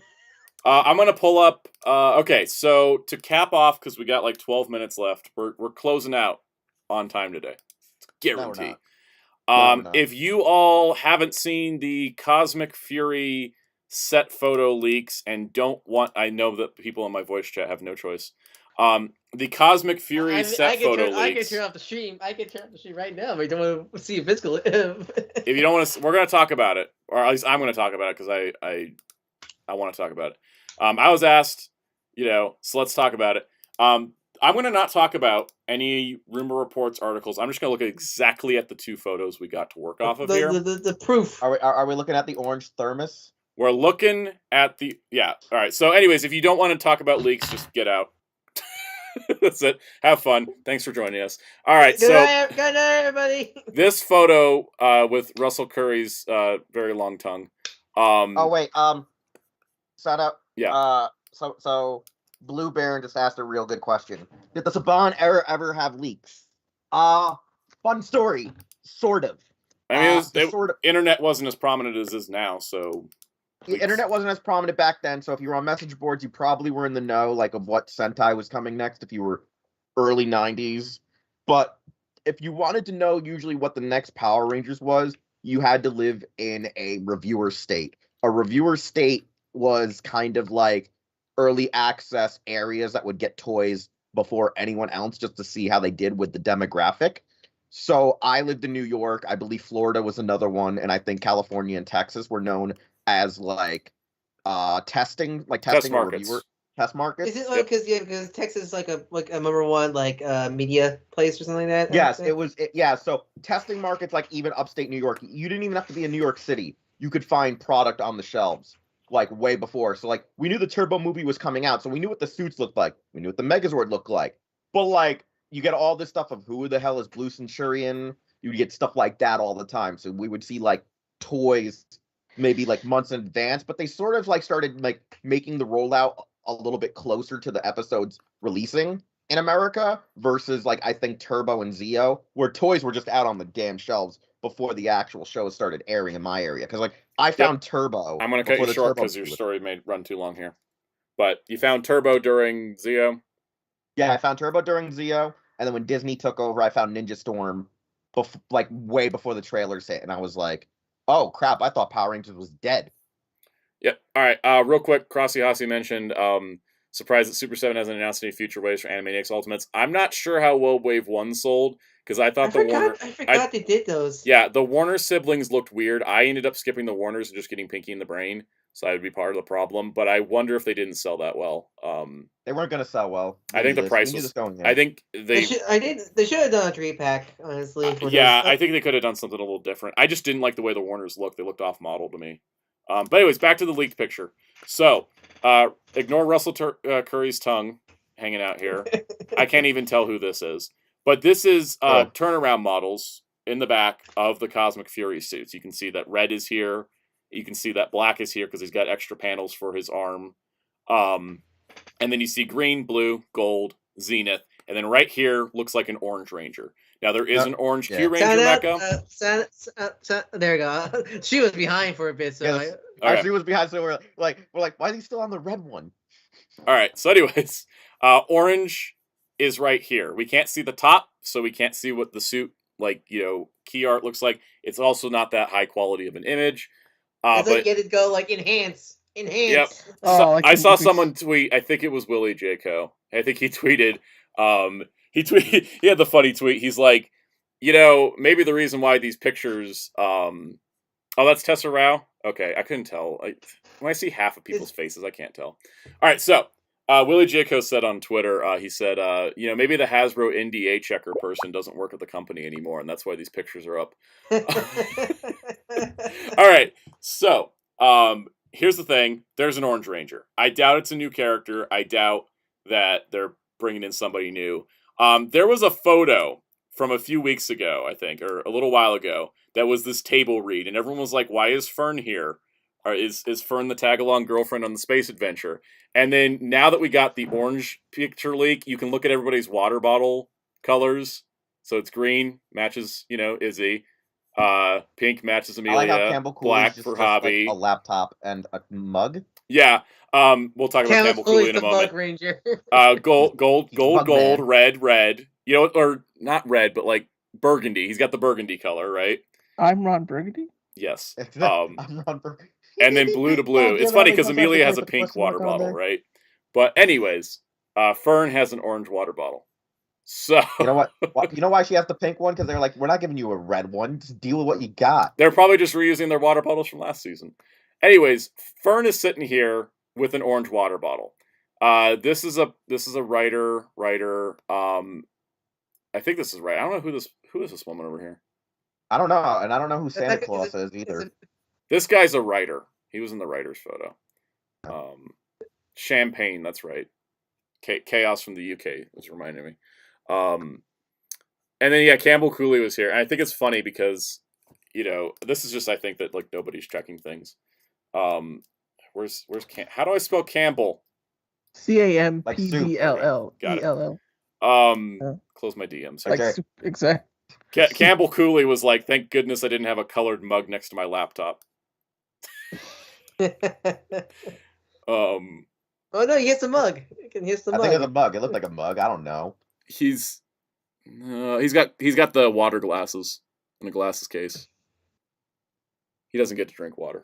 Snide, the Snide's coming back. Snide's coming back. That's what he has there. Yeah. No, I mean Campbell Cooley's there because he's probably just reading scripts and stuff. There's also art on the walls. Director. There's also art on the walls of weird alien things, which I'm totally into. This is a heck of a photo to not. This should not have come out. I'm just saying this right now. As someone that's worked on sets with NDAs, this is not a photo you post. This is the most behind the scenes stuff we have gotten for a season. Yep. I think ever. Script page says Power Rangers season 30. There's a couple people on Zoom that are producers. People got scripts open. This is your not approved. This is your not approved photo for NDAs. So anyways, why is Fern there if she's not the Orange Ranger? This lady could be the Orange Ranger, but I think she's a producer or something. I don't know if she's. They track Fern. I know. Basically, there's no other reason for Fern to be here unless she is the Orange Ranger. Right? Yeah, I'm more thinking. I'm not just thinking a comedic thing where it's like the ship, they're about to go to space. The ship's flying by, and then Fern just like chases at the ship and grabs on and climbs into the ship, or like be a stowaway. In terms of the lady in the back, I hope she's a writer or someone on the production team because for all we know, there are too many white people on the production team for Power Rangers. I said it. Like, for all we know, she could be like Campbell, where he's not just a voice actor but director. She could be like one of the other people that she does multiple things on the show. I think so. For all we know, she could. I don't actually know who the voice is, but for all we know, she could be the Green Emissary. I don't know. Yeah, like she could. Even though I think the Green Emissary is actually played by the chick that Jack dated in SPD. Right. So on this kind of point here is, I think that is the, okay, yeah, that is a good question. Why is Russell Curry's bottle a different? No, everybody's bottle's a different style. Russell Curry's is like a completely different shape, but everybody's got a slightly different variation. I love when you're analyzing the bottles they have. You know what? It's all we have to work on, right? I feel like. All right. Question: is there a yellow Batsu in the background? No, but there is weird monster thing that looks like a adult toy. Oh boy, I'm circling it. Little Mermaid VHS cover, Little Mermaid background thing. Very much so. So, anyways, ignoring anything that's been posted on rumors because I don't read people's articles. I think we got a 7th Ranger. I think it's orange. It makes sense. They use the orange mecha a lot. So that's the thing. If it's orange, since all the Cosmic Fury suits are based off the old dinosaur suits, would technically the Orange Ranger helmet be the blazing Dimetro? Dimetro. So by technicality. By technicality, yeah. Which would also make sense why they released that Zord when they skipped other Zords. I still want my Raptors. I think you should make the Raptors. They're easy. They're the only reason why I haven't bought any of the deluxe mecha. No Raptors, no fun. The Raptors are legit 2 flat pieces of plastic with pegs on them. It's easy to make a 3-pack of the Raptors and Packy. Exactly. Let's do it. Do it, boys. Filthy ass cowards. I like how, by the way, if anyone's wondering if I'm going to do a video on the Vital Bracelet B, probably going to do it just to bitch and complain about the battle system. Because my Pyeldremon's currently losing to an XVmon, where my Pyeldremon has 5,000 vital stats. I boosted all of his stats over 300 each, and he's losing to an XVmon. Your ultimate losing to a rookie. Yep, to a champion. He just lost to an XVmon. Welcome to Cyber Sleuth Devamon battle, where you have an entire team of ultimates and the Devamon stalling you out. Yep. Oh god, I remember that. No, this is literally it's the same vibe. I'm probably gonna make a video about what is the best Vital Bracelet, and spoiler alert, it's not this one. But I forget. Don't you need the BE to unlock certain stuff evolutions? Oh, you have to have the BE to use any of the current and upcoming dim cards, but it doesn't. So that's the devil trade off. Yep. You get. Do you want the new dim cards? Then yeah, I'll make a whole video on it. I'll explain why I don't like this one as much as the previous model. But anyways, that's the stream, guys. I don't have anything else. We can look at water bottles some more, but don't worry, we'll talk more tomorrow. Yeah, tomorrow on Fighter Cows on twitch.tv/FighterCows. We'll talk King of Fighters and we're having an open discussion. You realize that next week's stream, you need to have a water bottle right next to you. Guys, I know this is leaks. I don't know if I'm allowed to leak this, but apparently no one's checking NDAs, guys. I just gotta tell you right now. That's the new White Ranger. I'm the Purple Ranger. You're not Ryu Commander. Yep, they're reusing the suit. They're not making me a new one. I flew down to New Zealand for 1 day. I'm only in half an episode. I'm there for 5 minutes. You're gonna be like Albert. You're gonna be like Albert. Exactly. I show up. I morph. I get in the Zord, and then the Zord explodes, and then I'm just gone. And they're like, "Wow, that was sad." And then they never reference me again. That's it. But this confirms it. The purple water bottle means I'm the Purple Ranger. You're gonna be like Yoshidaru in that one episode of Ninja. Yes. You're just there for no reason. Yep. Anyways, I'm completely joking in case anyone didn't realize. Right. It's a joke. Did you pay for your own flight? Did I pay for my own flight? Yes, I did. I actually flew there on my own personal jet. I actually asked Harrison Ford if he could fly it for me, and we crashed in a golf cart, but it was no big deal. We also met the Looney Tunes there, so underneath the golf course. It's just we just crashed into that quarry or that nice grass field they always film in. Oh man, not another quarry. No, I didn't get credits this time. You know, they said there was not enough room on that. Which, by the way, is a legit thing that happened. Some of the Star Trek Picard VFX artists didn't get credited because they didn't have enough space in the credits, and I'm like, what? Why is this a thing on a streaming show? Like the old vets gave up their credit slots to the new people because there was only so many slots to credit people, and I was like, what? Is that why I didn't get credited in Creed? Did they run out of lines of text? There was a text limit. It's like, it was a character limit, like Twitter. You can only do 27,000. Yeah, it's like, all right. Next up is Michael. Michael. All right. We hit the limit. Which is saying Michael L. And on that note, we're gonna end the stream because anyways, where can people find you? Where can people find me? The things below, like this. Find him tomorrow. Find it tomorrow. You can also find me at our twitch.tv/FighterCats. 4 p.m. 4 p.m. Eastern. Fun times. And oh yeah, I guess one more last thing. What's gonna be the week's schedule? I guess you want to close out. Oh yeah, there's videos this week. Sure. I totally have things filmed and edited and planned in advance. You're late to our stream. I don't know. Maybe we'll look at the Marvel collection on Wednesday. You do an annual update. Let's do that. Friday I might talk about Vital Bracelet stuff. I think we'll do that. I don't have anything else going on, so I think those will work. Goodbye, everybody. Bye, everybody. All right.